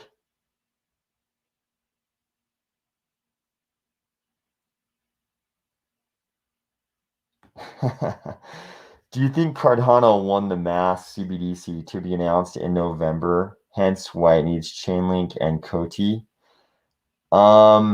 So yeah, in one of the recent videos, someone sent me Uncle Thanos says yes. I'll let you draw your own conclusions, given that I knew who the author was. Do you think Cardano won the mass CBDC to be announced in November, hence why it needs Chainlink and Coty? So someone sent me an article. It was on a website called Asia Wire, I think, or Asia FinTech Wire, or something like that. And that article seemed to indicate that it wasn't. So I should go back and clarify. So the blog entry, what I'm going to call a blog entry on the Singaporean, I think it's Monetary Authority of Singapore, is that the name of the institution? The MAS website had a blog entry that sort of made it sort of gave it was easily misread as it being a contest to determine who would kind of run the whole CBDC project for Singapore. And when you read the Asia Wire article, it makes it clear that each of those entrants was sort of doing a different project related to CBDCs. And to me, that put a totally different light on Cardano being a finalist. And they even said that each finalist would get a grant of something like 200K. While there would still be a winner announced, it kind of sounded like each one of the finalists was a lot further along than we might have earlier assumed, and they kind of described exactly what the Cardano project was. So to me, that kind of answered the question. But yeah, I think it's very possible that Chainlink is an oracle and Coty running the payment. I think those could very easily be huge assets in sort of building out that Singaporean, challenge response. Okay. Let's see.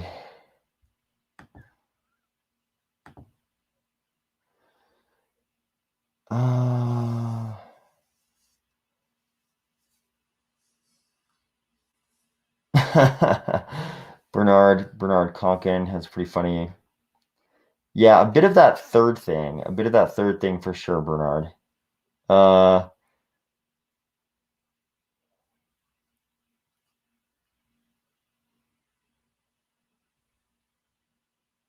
At least on the afraid of getting robbed part, that part definitely.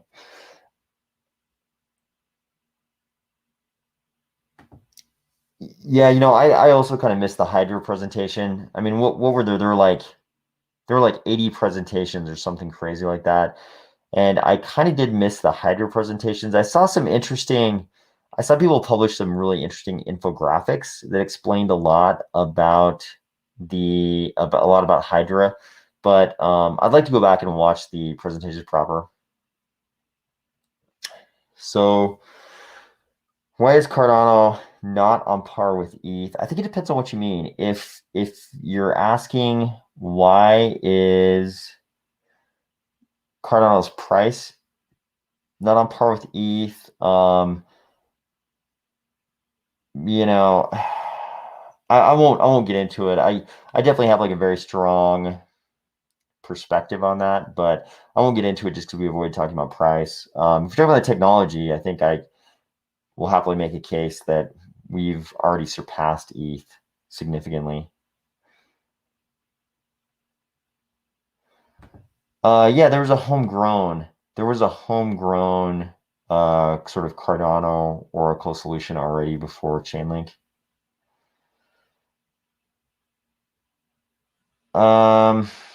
This one, okay, when it was first proposed, when the ISO model was first proposed by SundaySwap, I did a couple of videos on it and what I thought it might become. But since it's actually, that was just conceptual talk, but since there were actual initial stake pool offerings going on right now, I don't want to talk about it too much at this stage. I already kind of laid out all of my sort of thoughts on the concept as an academic matter, but because they're going on right now, I don't want to talk about it too much because I don't want to make it look like I'm promoting those ISOs that are currently going on because I'm not sure what kind of regulatory treatment they will receive.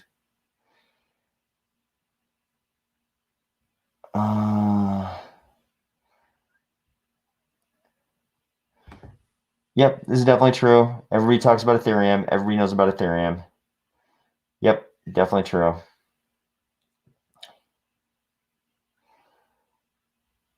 Okay.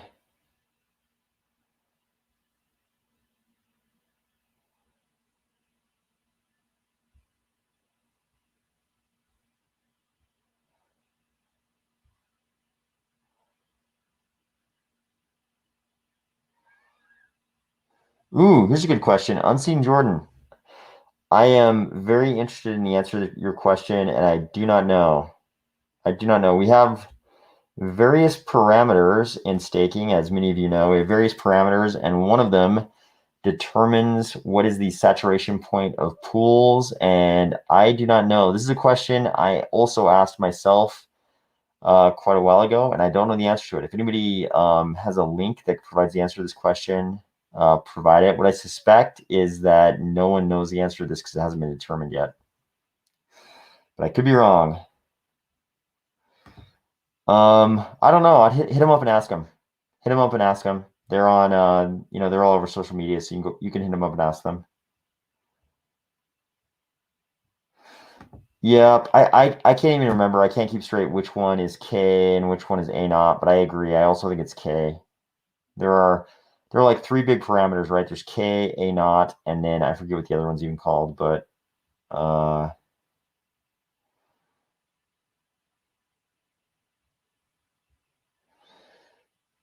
okay. Hey Patrick, how's it going, man? Hey OS, the channel subs have been growing rapidly. Yes, they have, and I really appreciate everyone subscribing. So thank you so much to everybody who's subscribed. Okay, at some point the parameter will be voted on. Yeah, that makes sense. I remember them telling us that too, that we would get to vote on the parameter eventually. Yep. I remember that. Okay.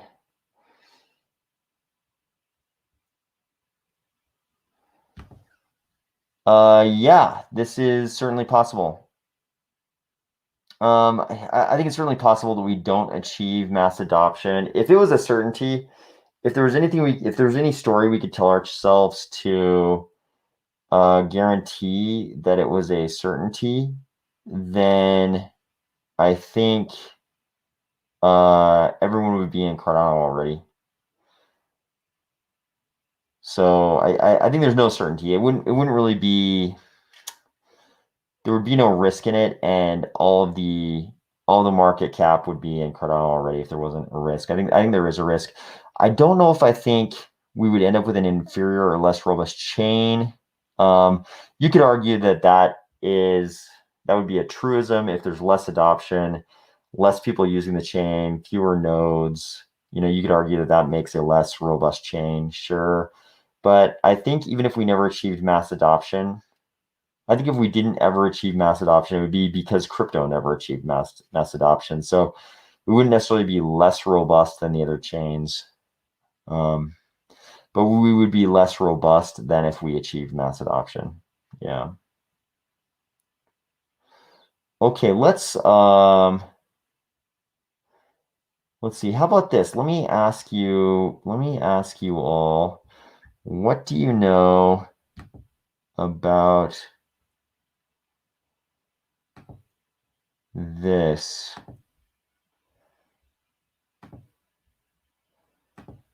So we also got this partnership, right? We also got this partnership right here, the Rivals Esports. Does anybody know about Rival Esports?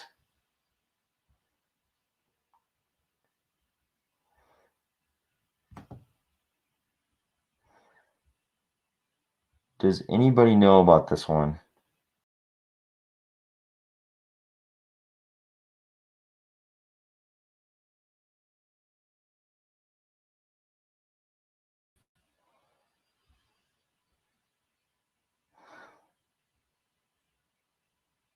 Okay, animation.com says they have a couple of major teams. Everybody else is saying never heard of them. Okay. I just wanted to see if I was just out of touch because I had never heard of Rival Esports.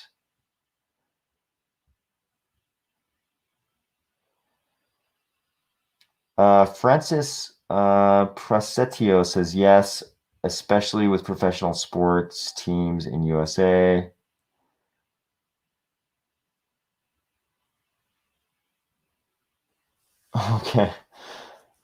Okay.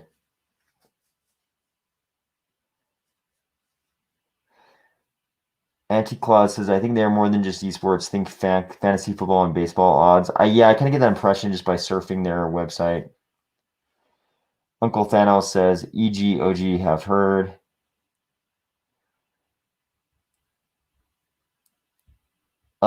This is kind of interesting.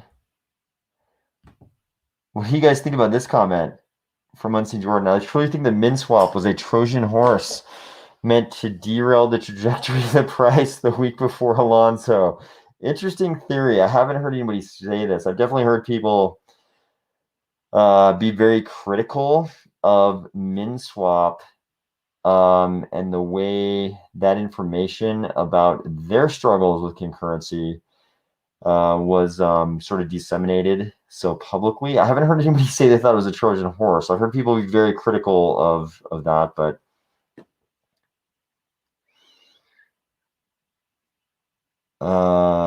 Richard Ortiz says lies. So he thinks that's not the case.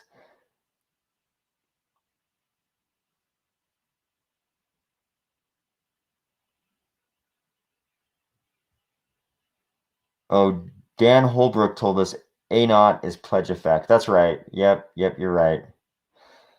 I remember that now.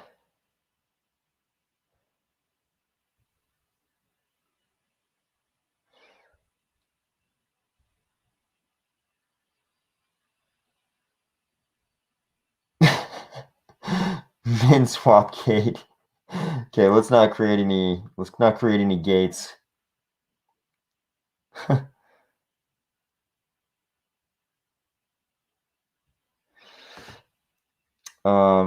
Let's see, we'll come back to that. I was trying to hit this one. Okay. Can Charles please officially accept and agree to Chico's boxing match and please serve some sushi and put down that flailing squid? My recollection was that earlier Charles agreed to have an MMA fight with Chico, and Crypto Crow was going to be the promoter, and they were going to do it in Ohio, I think, because Crypto Crow has promoted MMA fights in I believe that's his home state, and his home state before. And my recollection was that Chico didn't go for it. I could be wrong, but that's what I remember. So I think that was already a done deal. Okay, let's see. Cohen seems to know. The rival platform includes NFL's Seattle Seahawks, the Pistons, Aston Villa, and Watford of the English Premier League. Okay, that's good info. I didn't know that. Thanks for that, Cohen. I did not know.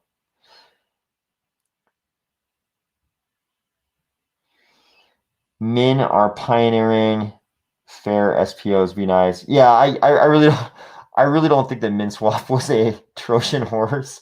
I thought it was funny that someone was saying that, but I actually don't think that was the case. Or I should say I haven't seen anything that would make me believe that it was the case that they were a Trojan horse. So just to be clear, I actually don't think that was the case. But I thought it was funny somebody said it. I try not to comment on individual DeFi projects. I try not to comment on individual DeFi projects. So,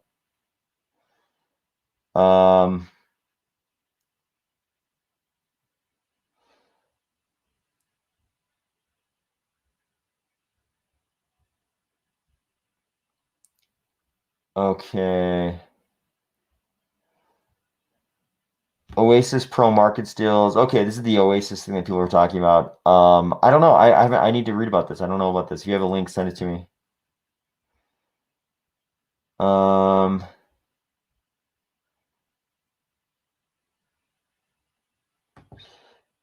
Chico chickened out. Yeah, my memory was that it seemed like Charles was all about doing it, and Chico didn't want to. To be fair, I think Chico is a lot lighter. I don't know that fight could ever actually happen in a state with a decent athletic commission. I don't know that they would let those two ever fight because they seem to have seem to be a pretty big weight difference between the two of them. So I don't see how that fight could ever happen anywhere that actually has an athletic commission.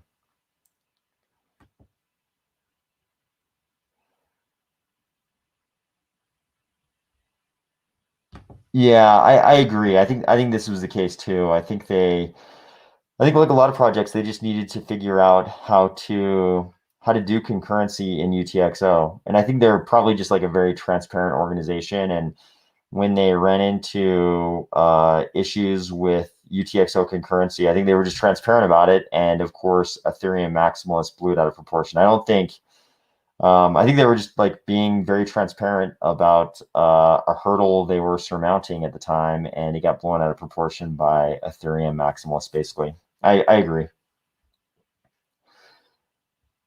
Um,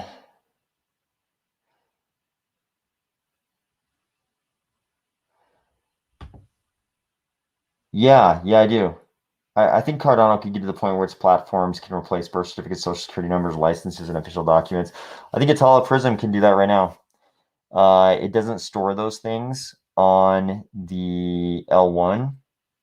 It stores them elsewhere, but the signatures to allow people to access those things um, can happen on L1. You can like sign to allow someone to see your birth certificate or something like that on L1 while Atala and everything else is kind of happening off L1. So I think, yeah, I think Cardano has a pretty elegant solution to that.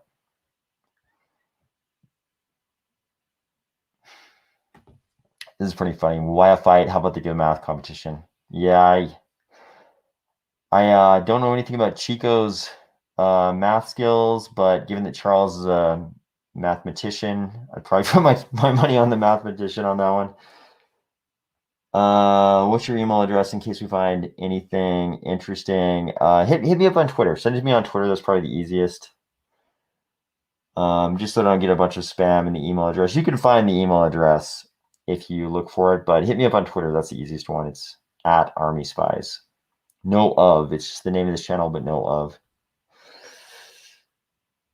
Okay. Would voting in the US be better on a blockchain? Yes, it would. I think it would.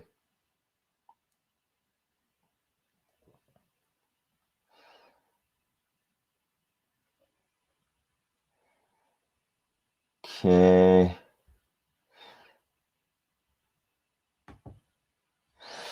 Do you know about Constellation DAG? I love Cardano, but Constellation DAG is so different than anything else out there. I would love your opinion on it as well as the potential issue with Cardano. I don't know anything about that. I don't know anything about that one. Sorry. I know nothing about it.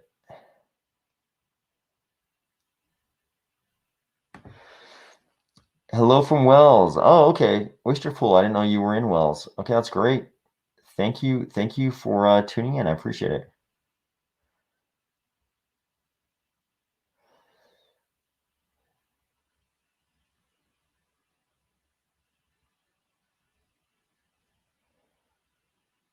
Okay, voter fraud.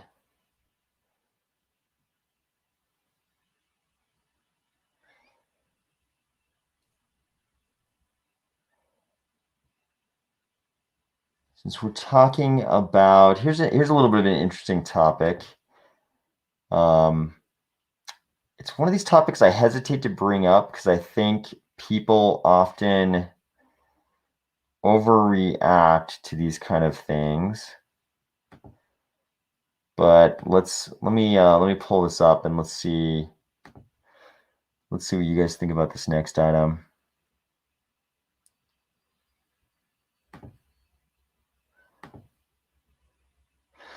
So we've got this little bit of news. Dallas Fed President Robert Kaplan resigns after controversy over stock market trading. So we've got both Kaplan of the Dallas Fed and Boston Fed President Eric Rosengren have resigned after disclosures of their trading in various stocks in the U.S. equities market. What do you guys think about this? Do you guys think this is a serious problem? Not a serious problem? What do you guys think?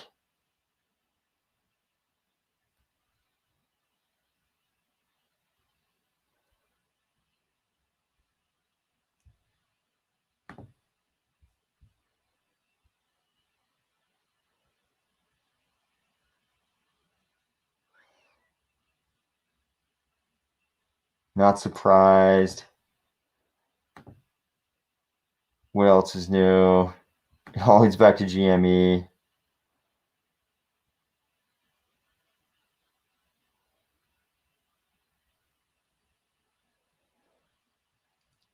Yeah, I kind of wasn't surprised either. One of them, I think it was Kaplan, pointed out that he actually hadn't violated any rules of the Fed, and Powell, I think, has been saying that they just need to change the rules. So people are definitely up in arms over this, but it looks like they may have actually not even broken any rules. It's just that the rules that were in place allowed them to do this kind of stuff.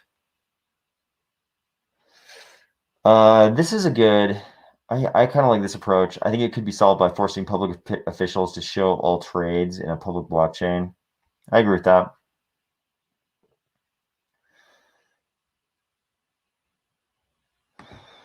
What did you think of the Cardano Summit? I thought it was awesome. Did it live up to the hype? Yep, I thought it was awesome. The scammy presentations. Maybe you watched presentations I didn't, but I don't know if I saw any that I thought were scammy. This is pretty funny. Should have become a congressman. I think that's a reference to the Rosengren and Kaplan trading. Uh,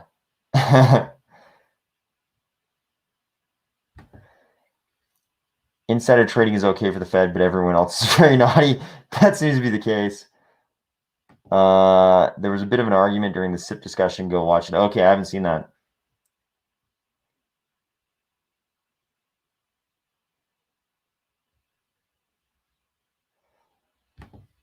Yeah, it seems like that level of transparency would be pretty awesome.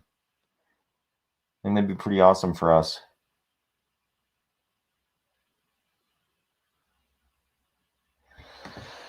Let's see, how did you discover Cardano and what made you curious about it in the first place? I think I started dollar cost averaging into Cardano, I think about 6 months after the IPO in Japan. And I'm sure it was, I actually can't remember, but I'm sure it was Charles's whiteboard video. I'm sure it's a whiteboard video, but mainly the big thing about Cardano that made me curious about Cardano was that they were claiming to have solved the blockchain trilemma. And as soon as I saw them make that claim, that was probably, I think that was before, I think that was around the time, I'm probably going to screw up the timeline on this, but it definitely made a big impression on me when Charles said they had solved proof of stake. And when I read why he thought they had solved it, I realized they were saying they had solved the blockchain trilemma as well through proof of stake. And that was the big reason why I was very interested. What are some flaws that Cardano has? I think the easy ones to point to are that there are so few functional programmers out there. I think Charles's approach to the island, the pond, and the ocean maybe solves that, but definitely a lot of people get scared when they hear that Plutus is a subset of Haskell. I think that's pretty scary. I've definitely had a lot of professional exposure to a large number of developers, and the imperative programmers definitely get pretty scared when you talk about functional programming, at least the ones that I've been exposed to.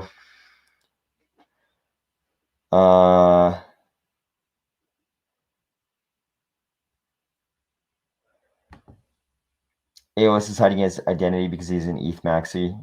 That would be super funny if I was just a plant and I was actually an ETH maximalist. Yep. I would also, Richard Ortiz, I would also be interested in, it'll be interesting if competition between these two for track and trace for logistics stuff plays out. I would also be very interested. There's definitely a different level of centralization between these two projects. There's a big difference, kind of by design on the part of VeChain. I mean, it's called proof of authority, right? I think that's by design.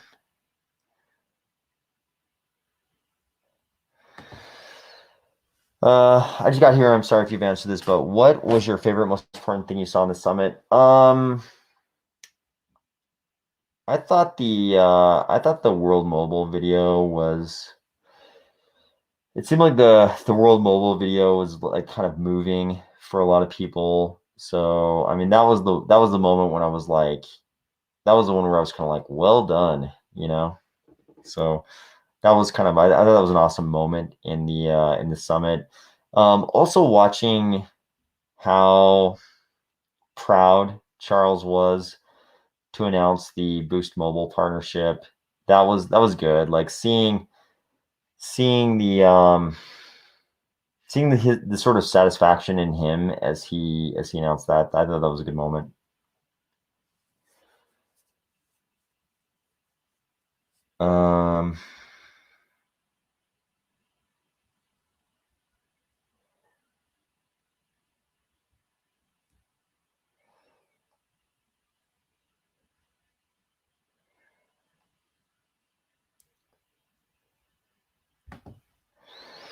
How does Dish actually consume ADA? Do they have to buy it? I don't understand at all how a company uses the ADA for ID. If you're talking about digital identity solutions, go to the atalaprism.io website and consume some of the information on those pages. That'll kind of explain how Atala works. We've gone through it a few different times on this channel, but I'd say start with that website. Just go to the Atala Prism. I believe the website is atalaprism.io, but go to that website and kind of read a little bit, and you'll get a better sense for how digital identity works on Cardano.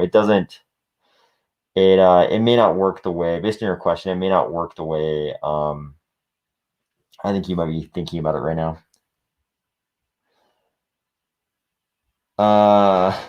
Yeah, I was definitely joking with some people about this. when Boost got announced. Those make great YouTube videos, right? If you have Charles and Ryan Reynolds on those YouTube videos where he's standing in the field of produce or whatever.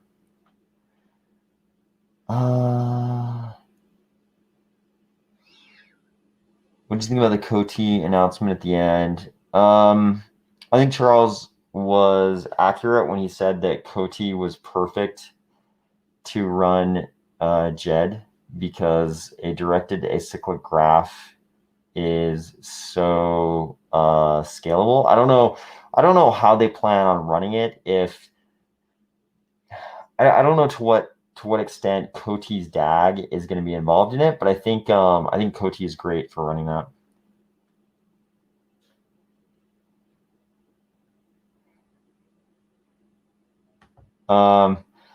That would be so huge if the Australian government one day adopted Atala Prism for documentation. I mean, that would be so huge. I would love it if the smallest state in the United States, which is Wyoming, if Wyoming took it on, I would love it, let alone a country like Australia. Are you almost famous? Definitely not. Definitely not. I definitely like having my anonymity, which is why I do not just jump on camera on this channel. Oh, let's see. I don't want to address that. I meant to click on this one. I don't think you're ever too late. I think everybody thought they were too late to Cardano. I think I thought I was too late to Cardano in 2013, 2014, which is pretty laughable. And I think everybody thought they were too late to Cardano too late to Bitcoin. I thought I was too late to Bitcoin in 2013, 2014. And I think everybody thought they were too late to Bitcoin in the bear market, in 2018. Same with Ethereum. I think I had discussions with people where they told me that they were too late for Ethereum in 2018 after the crash. But here we are in another cycle again. So I don't think you are too late.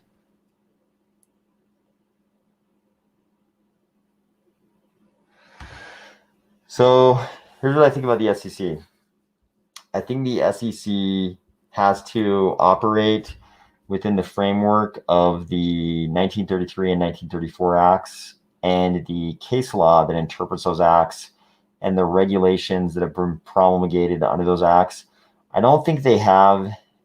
It seems like they exercise a lot of discretion because we're in crypto, and crypto is kind of this brand new thing. So to us in crypto, it seems kind of arbitrary what they do sometimes, but it's actually not that. It doesn't seem that way in securities regulation as much. In crypto, it seems super crazy, and that their intentions are a gigantic factor. But I think from their perspective, it seems more like they have a bunch of regulations and they're struggling they have a bunch of laws and case law and regulations that have already been passed, and they're struggling to adapt that framework to this new crypto thing. So I don't think that they think their intentions are important. I think we think their intentions are important, but I think they think they're just operating within the framework that's mandated to them, if that makes any sense.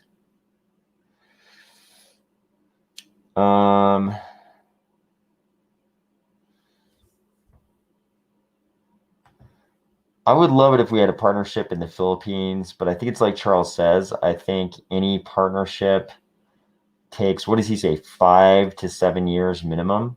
So I think if they were at the beginning of that 5 to 7 year period with the Philippines, he probably would try not to say too much.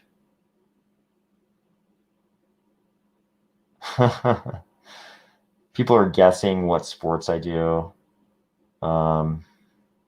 It's pretty funny. I would actually love to talk about that because that is something I would like to talk about, but I cannot.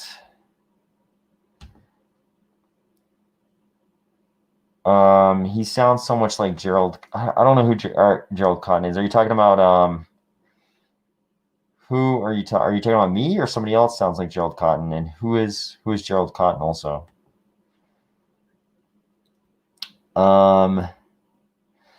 What would the Supreme Court justices say about what about crypto, or what do you mean? Like, how are you saying, how would they interpret the how would they interpret certain crypto use cases under the Howie test? That is the big question, right? Okay.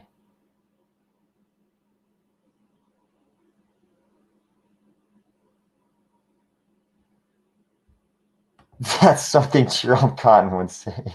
Okay, you got me there. You got me there. Yes, Eric Nichols. I think so.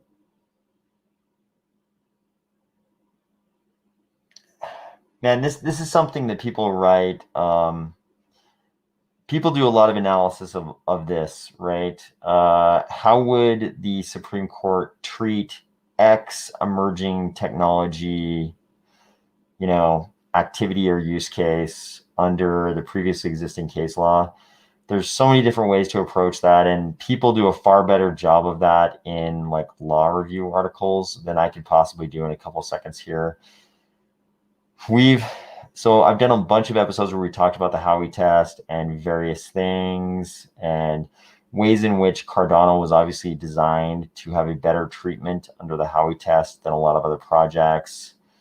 And there's so many different things. Like, you even think about, recently we've talked about stake pools and how Cardano stake pools don't take custody of the ADA, whereas Casper type stake pools, like we would see in Ethereum 2.0, presumably, actually take custody. So it's much easier to make a case that under the first prong of Howie, that's an investment of money. Whereas in Cardano, the money is never leaving the consumer's wallet. They're definitely not sending money to the stake pools. So can you call that an investment of money? And an investment of money is kind of necessary under the Howie test. So I think Cardano is very well designed with securities compliance in mind, if that makes sense. I don't want to talk too much about Avalanche. People are asking about Avalanche because long before Avalanche, I loved Emin Gün Sirer's commentary on Ethereum. So I love the way that guy thinks about crypto, but I actually have intentionally not paid much attention to Avalanche because I'm kind of biased because I like his thinking so much. So I won't comment because I'm not well informed enough about Avalanche. I do understand the Avalanche protocol and how it works, but I'm not informed enough about their ecosystem, which is what you're specifically asking about there, Guacamole Lover. Okay.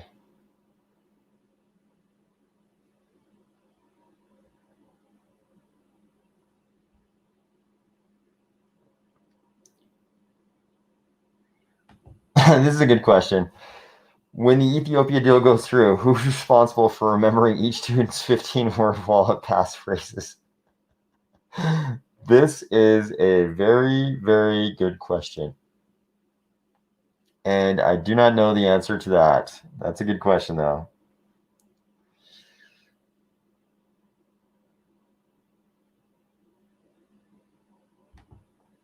Using the new bank requirement to compel reporting of accounts over $600 is a step in the direction of bolstering the need for a CBDC. I think they're definitely moving towards CBDCs. I think trying to squash stablecoins is a part of that. I think we're going through this weird intermediate stage where the banks are trying to kind of catch up you can tell they're trying to catch up in terms of just being allowed to take custody of normal cryptos because they're pushing back on the Basel framework requirements that would require them to have certain reserves in order to hold, in order to take custody of crypto. So you can tell they want to take custody of crypto, but I find Caitlin Long's commentary on this to be pretty persuasive when she says that they're not prepared. Traditional banks are not prepared for the irreversibility or finality of crypto transactions. And actually, because their settlement procedures are so delayed and their reconciliation of sort of their holdings is so delayed that a lot of banks will be, the tide will go out and the banks will be found, not to be wearing their swimming trunks kind of thing. So I think we're going through a weird phase now, but then as soon as CBDCs become a thing, the question is, how much will that change the desire of the banks to be holding other cryptos? And in the case of CBDCs, like the central banks can just craft those to be tailor-made for the current systems if they want to. So I think we're going through a weird intermediate stage here, and then things kind of change when each jurisdiction has a CBDC. And I think we'll see some different attitudes, both on the part of the actual private banks and the central banks. Not to open up the can of worms about whether or not to what extent the central banks are actually government entities, at least in the U.S. So, not trying to open up that discussion. What else we got here? CBDC equals scary financial dystopia. I think there are versions of CBDCs that do become scary financial dystopias.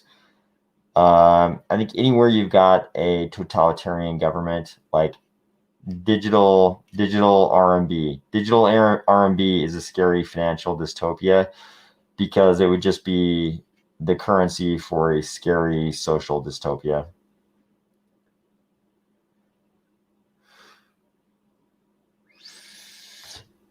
I noticed that, so I read the Meld solution really carefully, and I followed all of Maledex's sort of announcements that they had come to a solution for concurrency. I mean, pretty much all along, Maledex was saying they had already figured it out. But I noticed when they announced, like, hey, here's our solution, you can go ahead and read it now. But I actually haven't read it yet. So I'm curious to see, because Maledex has kind of been commenting all along that they'd already figured out their solution. So I'm curious to see what their solution is. But yeah, I haven't read it. I haven't read enough about it to comment.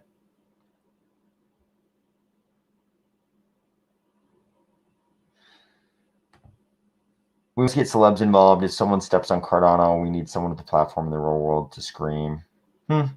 Yeah, that'd be nice.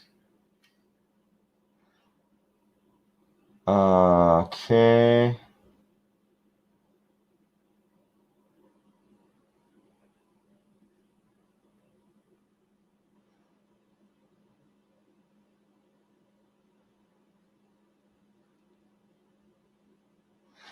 A couple of people have asked this, can I breathe? Yep, I can breathe pretty well.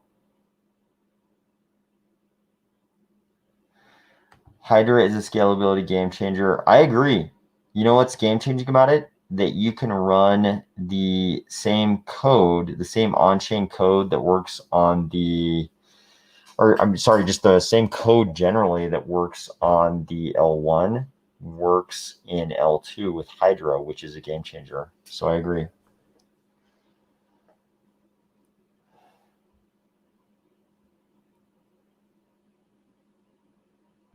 Maybe I'm actually Jack Ingram. That would be quite the thing if I was actually Jack Ingram.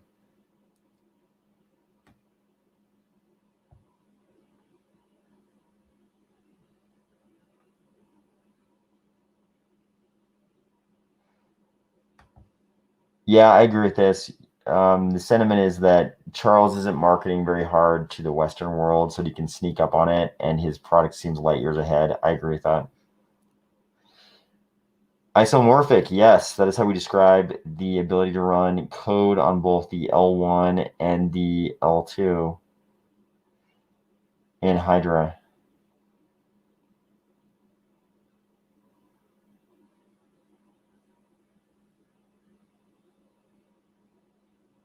Yeah, this is a good point about the celebrity thing. Solana obviously went the celebrity endorsement route.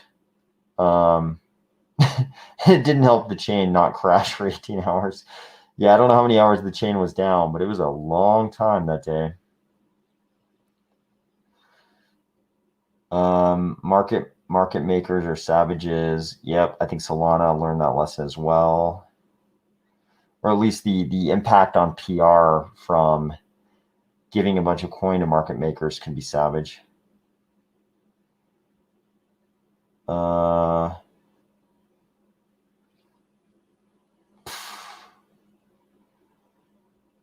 Let's see.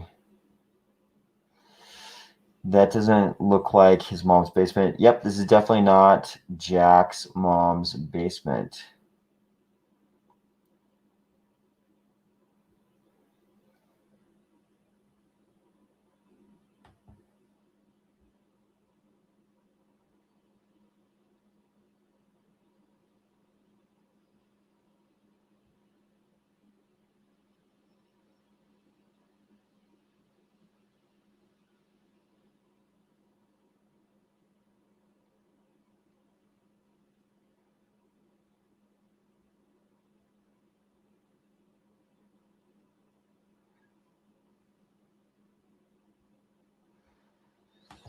Charles has signed an international deal to focus on second and third world. He likes developing those who need it or embrace it. Sweet. Do you have a link? Send it to me. I'd love to hear about it.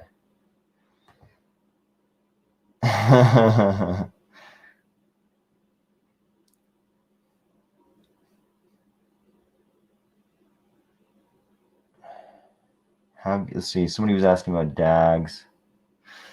Yeah. No, I did 2 different videos on DAGs. One of them was about, the first one was sort of in the first Coty video, and then I did a follow-up to try to do a better job explaining it.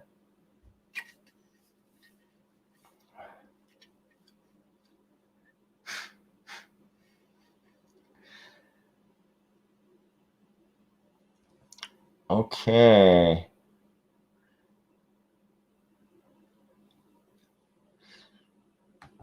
How about, if anybody's interested in more, we covered Evergrand a little bit. It seemed like people are interested. If anybody's interested in Evergrand, this is, oh, I think I forgot to put it up. Let me put it up so you guys can see what I'm actually talking about here. So sorry.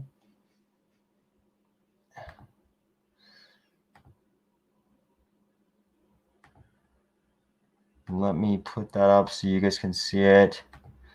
So if anybody is interested in hearing more about Evergrand, I think this is the best article. Neil Ferguson, Evergrand's fall shows how she has created a China crisis. Check this one out. The title makes it sound a little bit slanted, but this is actually a pretty well-balanced article, I think. And this one seems to encapsulate a lot of the different thinking about the Evergrand crisis / non-crisis, whatever you're thinking about that one.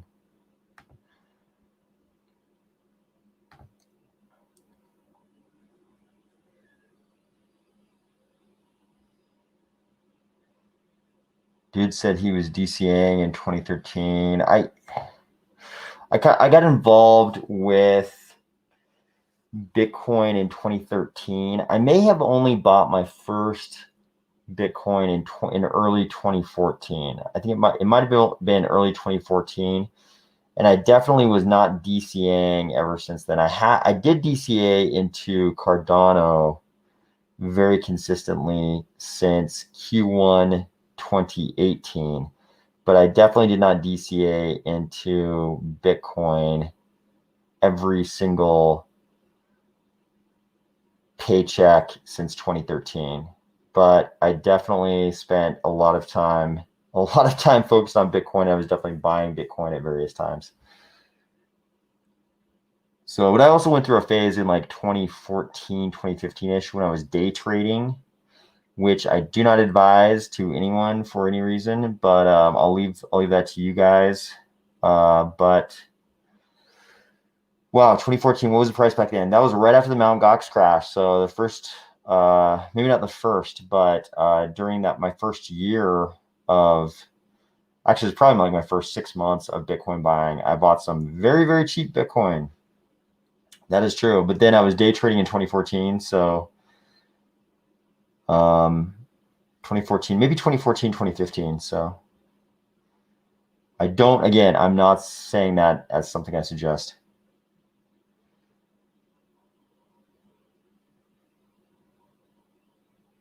Okay. I don't know. This is somebody else asked me this question earlier today, I think on Twitter. I don't know the answer to that. I know there's going to be like some kind of lottery, and just collecting all 7 of those items enters you in the lottery, but it doesn't mean that you will necessarily get those NFTs. I think you have to win the lottery. You have to have collected all 7 and also win the lottery to get the NFTs. If I'm wrong about that, somebody let me know, but that's my understanding. No, I deal pretty well with pressure for certain reasons. So the anxiety of looking at the price all the time wasn't the problem. I just think, not financial advice, but for me, dollar cost averaging is a much better way to approach acquiring crypto. People will very enthusiastically disagree with me, but I am definitely a dollar cost average guy, not a trading guy these days.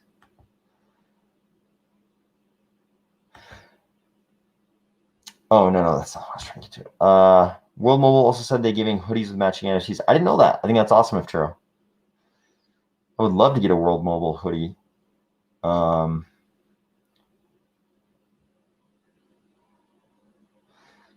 Summit. Okay. Oyster Pool out of Wells has some good info here. Pretty sure you'll get an email to claim 2D versions soon. Okay, that's great news. Cool. Yeah, I won't. I won't. We try not to get into the telling people how to. I'm trying to get into the financial advice realm, but yeah, I'm definitely a DCA guy. Pablo Martinez, do you think Apple will ever create a crypto wallet? I don't know. Yeah, I think so eventually. Like timeline though, I don't know. I don't know on the timeline. I think big tech in a lot of ways sees. I think the personnel of big tech companies are probably as obsessed with crypto as a lot of other people, as we are. A lot of the employees, I know for a fact that a lot of the employees of big tech companies are obsessed with crypto as we are, but I think as institutionally, there are many reasons why, in a lot of ways, they're afraid. Thanks, Paul. I appreciate that. I agree. I totally agree.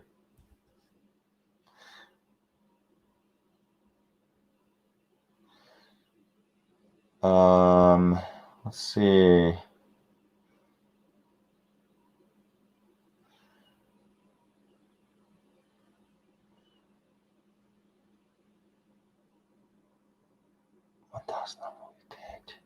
Yeah, I think that's right. I think I saw that 1,000 people would actually get the NFTs. If somebody knows better, let me know. But I think that's about right. Okay. Yeah, we were talking a little bit. Speaking of Paul's channel, we were talking a little bit earlier about cornucopias. If you were interested in what we were talking about with cornucopias and Metaverse, I think the best info I've seen on that is the interview that Paul did on his channel with cornucopias. So if you're interested in that, go check out that video on Paul's channel.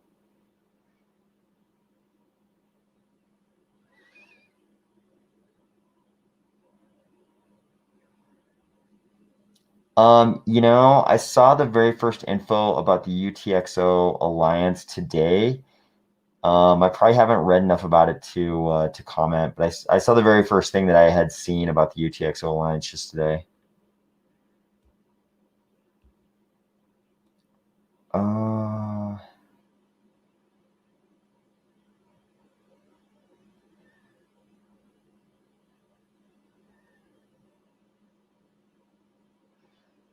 2000. Here's another DCA guy. Yep. I think, you know, it's funny. I think people in Cardano seem to be much more attuned to DCA than people in some of their ecosystems, which I think is I think that's a good thing about our community.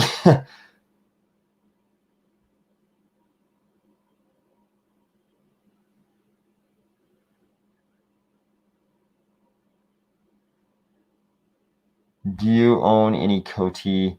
I do not. I don't necessarily have I can't necessarily give you an explanation as to why I don't. I've just been so focused on Cardano that I haven't even really considered buying any Coty. But I know they have like a very they seem to have a very vibrant community. Like there are a lot of like huge Coty fans out there. But no, I don't actually own any.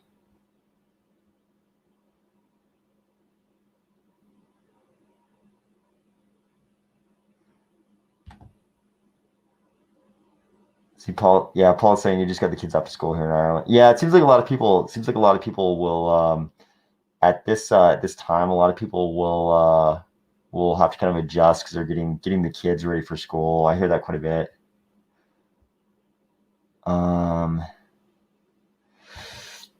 So we kind of talked about this earlier. The ISO, FISO models. I did a video or two about them sort of as an academic subject, conceptually, what I thought about the ISO model when the concept was first proposed by SundaySwap. But now that it's actually being used in practice, I try not to talk about it too much because I don't want to be seen as promoting the actual fundraising that's going on. So, and I know there are versions of this being pursued by projects that don't involve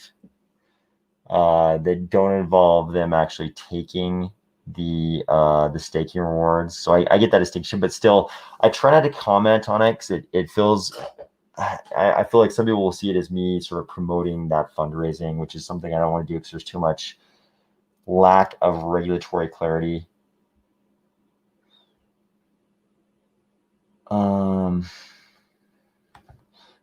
Yeah, I like Paul's stuff too. I like his stuff as well. Would you class yourself as an ADA maximalist?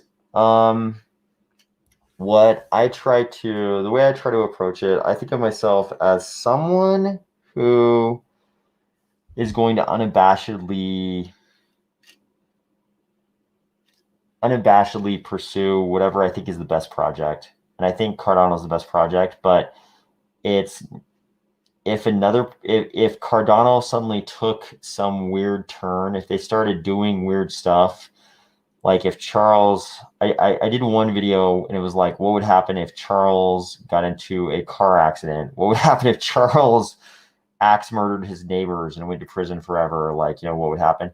If something like that happened and suddenly Cardano as an ecosystem went in a totally different direction, and I thought some other project had emerged with a better mission and better technology, then I would no longer be pursuing Cardano. So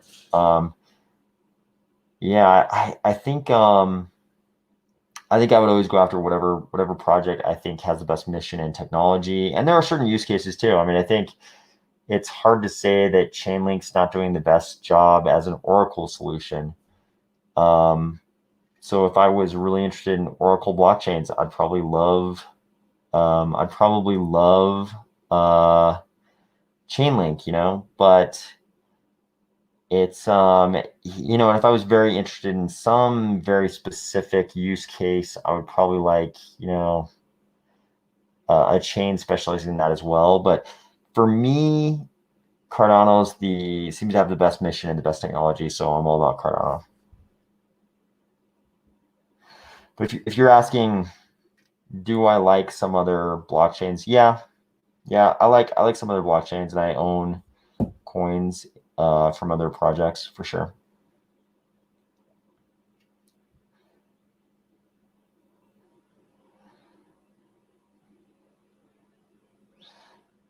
Yeah, I like this too.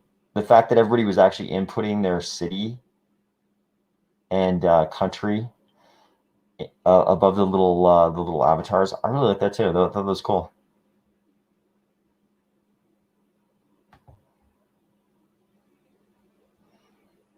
Um,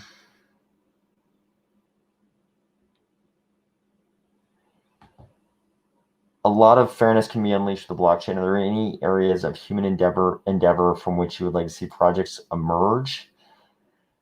Yeah, so I think there's going to be a huge number of use cases we are not even thinking about yet that are going to be amenable to smart contract solutions. I think there's going to be a huge amount of transparency gains in governance, um, sort of like every possible version of that base story that Cardano told when they were first talking about Ethiopian coffee farmers.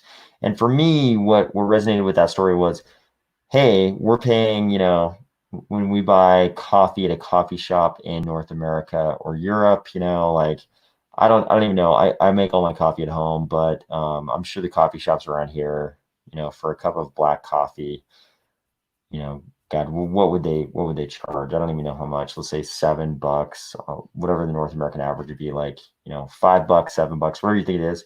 And then you think about the amount that the coffee farmer is getting paid for the amount of beans that were used to create that cup of coffee. And there's obviously sort of an unconscionable gap between those two things. There's too many middlemen who are taking too big a portion of that, $5 or $7 of the coffee, and too little of it is actually making its way to the actual producer of the good.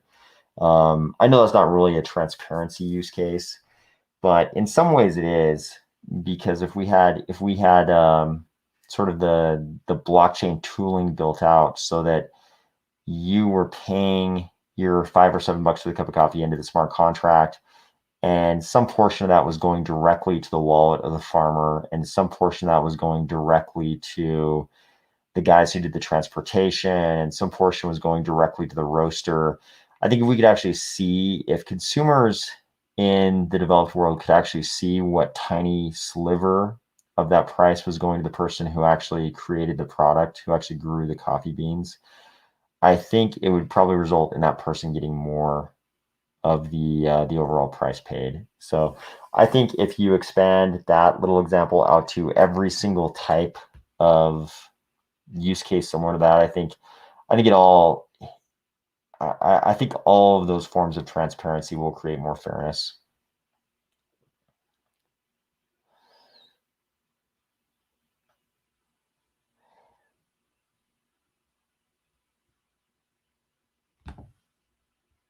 Yeah, I think a lot of people are going to be really excited for the new Cardano Light wallet. I think Mithril sounds amazing. Being able to trust a light wallet the same way you would be able to trust a full node wallet, and also having the DApp store in there, I think that's going to be a huge jump forward.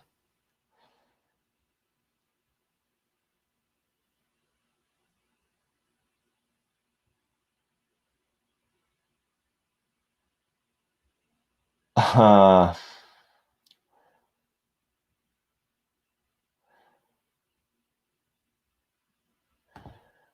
will a community become a religion in crypto? I think in some ways I would already classify some aspects of some of the crypto communities as religious, in that they're sort of defying all logic.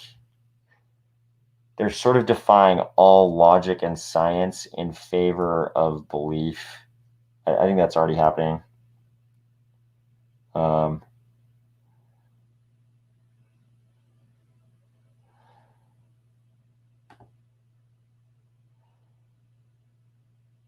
yep, I think that's true. I think that's definitely true.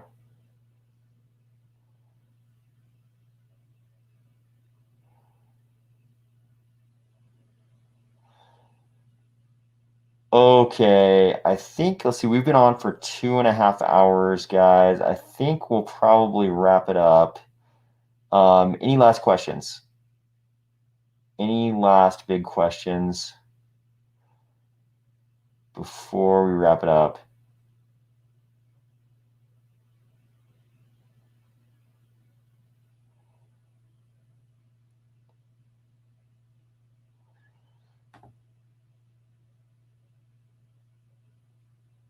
Okay, we got a couple of here's a good comment. You can make an argument that layer ones are the nation states of the 21st century. I think there's a lot there.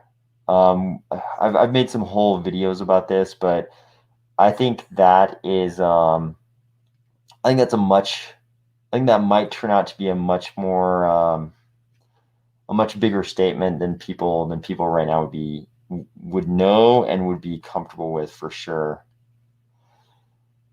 Rick Middleton. Hey, how's it going, Rick? Serious nerd question. If an Ethereum virtual machine is running as a CCL in a system with Hydra and Mithril, what features of ETH 2.0 would not be addressed? So it's kind of interesting. So we've got this idea that, so we've always had these ideas of the Cardano computation layer and the Cardano settlement layer, right? Sort of the economic layer and the computation layer. And now we've got sort of like multiple different ways in which we could run the Ethereum virtual machine. We've got Milkomeda, who is talking about running it as a side chain. And then we've got all the K framework stuff, which could result in running Solidity. I honestly don't think anybody can name any features of ETH 2.0 that would not. No, that's a lie. That's totally wrong.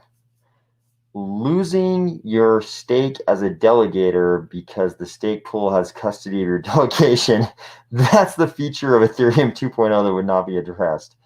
That's exactly the feature. So there is definitely at least one feature that would not be addressed. The ability to lose all of your delegation because the stake pool lost the keys, which has already happened.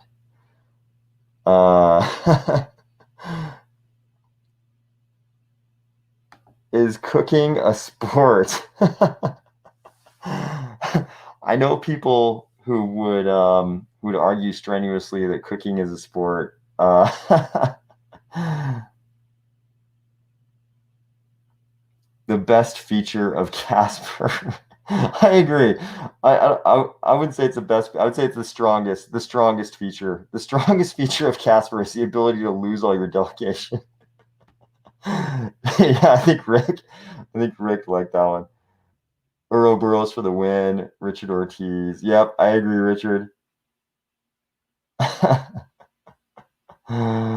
Somebody's saying the SEC would be after Ethereum. Yeah, I mean it's already happened though. If you're referring to the loss of delegation by the stake pools, it's already happened multiple times.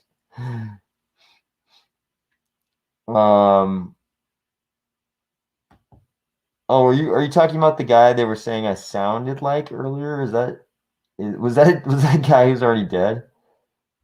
Yeah, I'm definitely not any dead guys. That's for sure. Are you have a normal job?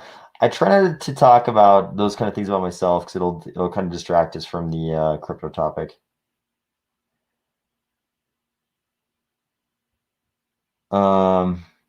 This is a good point. AWS is down. We take your ETH. Yeah, I mean, I'm surprised there's been more focused on the fact that if a stake pool, not only if they do something malicious, not only if they make a mistake, but in some cases if they do nothing, the documentation seems to indicate that there would be slashing. So if your stake pool is clearly run on AWS and AWS is down, then this is not an unrealistic statement. So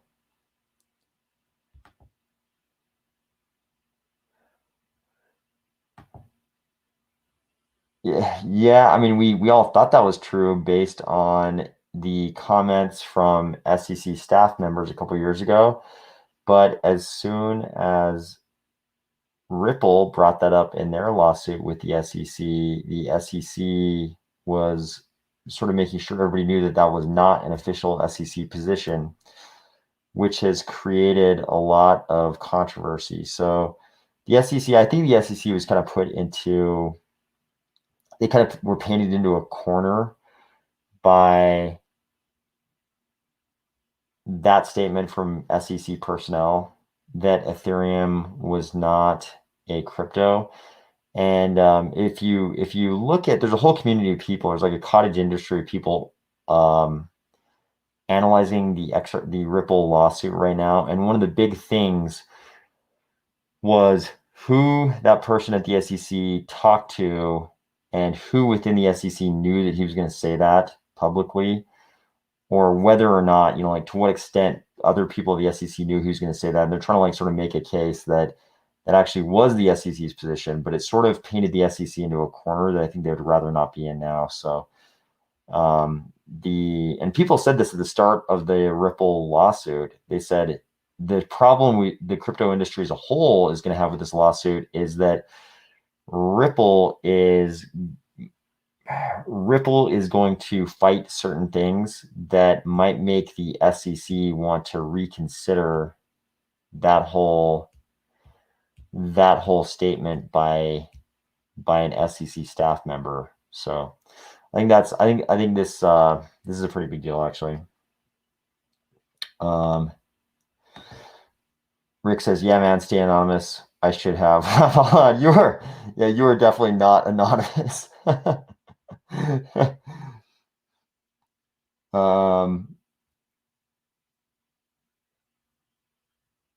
Okay, here's an interesting comment about Africa. I think Africa project will take a while. I don't think you guys understand how far apart locations are from one another with zero electricity to get the internet to us as an entire African connected continent. Yeah, I've definitely heard this comment from a lot of people. I think yeah, I think I think a lot of people do realize though that the world mobile connecting the unconnected mission. I think people realize that that's a big endeavor. That's not like a simple thing. Like that's a really big endeavor. But I think that's the kind of thing that the Cardano ecosystem is kind of good at taking on big endeavors. So, but I've heard this from a lot of people. I think I hope people do. I think people do, and I hope people do realize that we're talking about a giant endeavor here.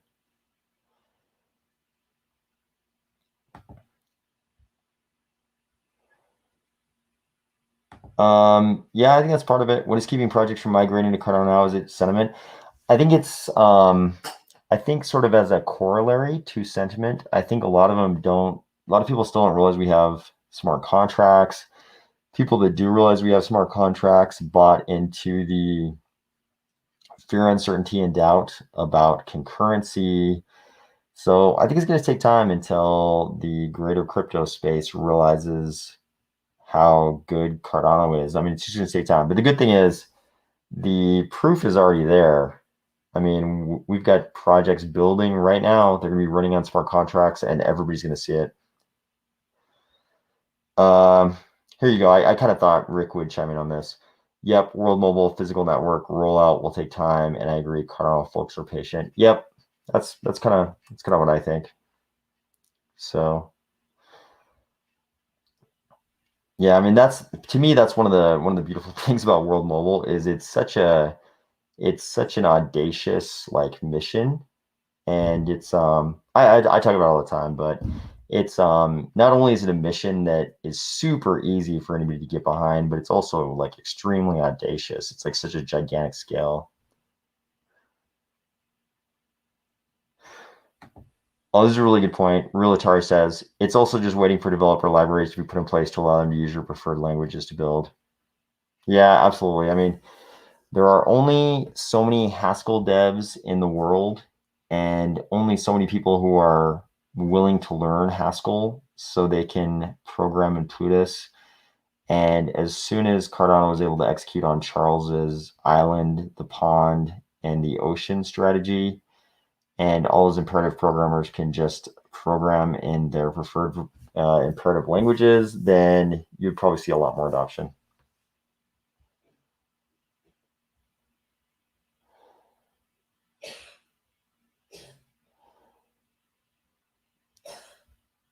Yep. Okay, we have been on for 2 hours and 40 minutes here, guys. I think I'm going to wrap it up. Let's see, Rick says, yeah, I spoke to a few devs working on libraries at the London Summit. We need those. Yep, absolutely.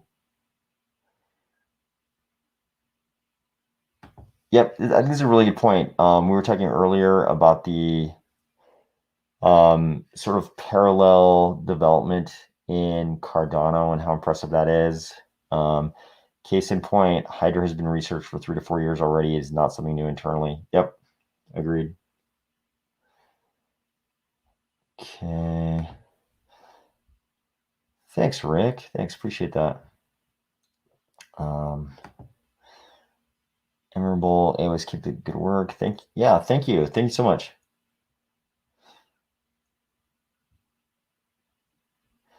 All right. Thank you so much, everybody who tuned in.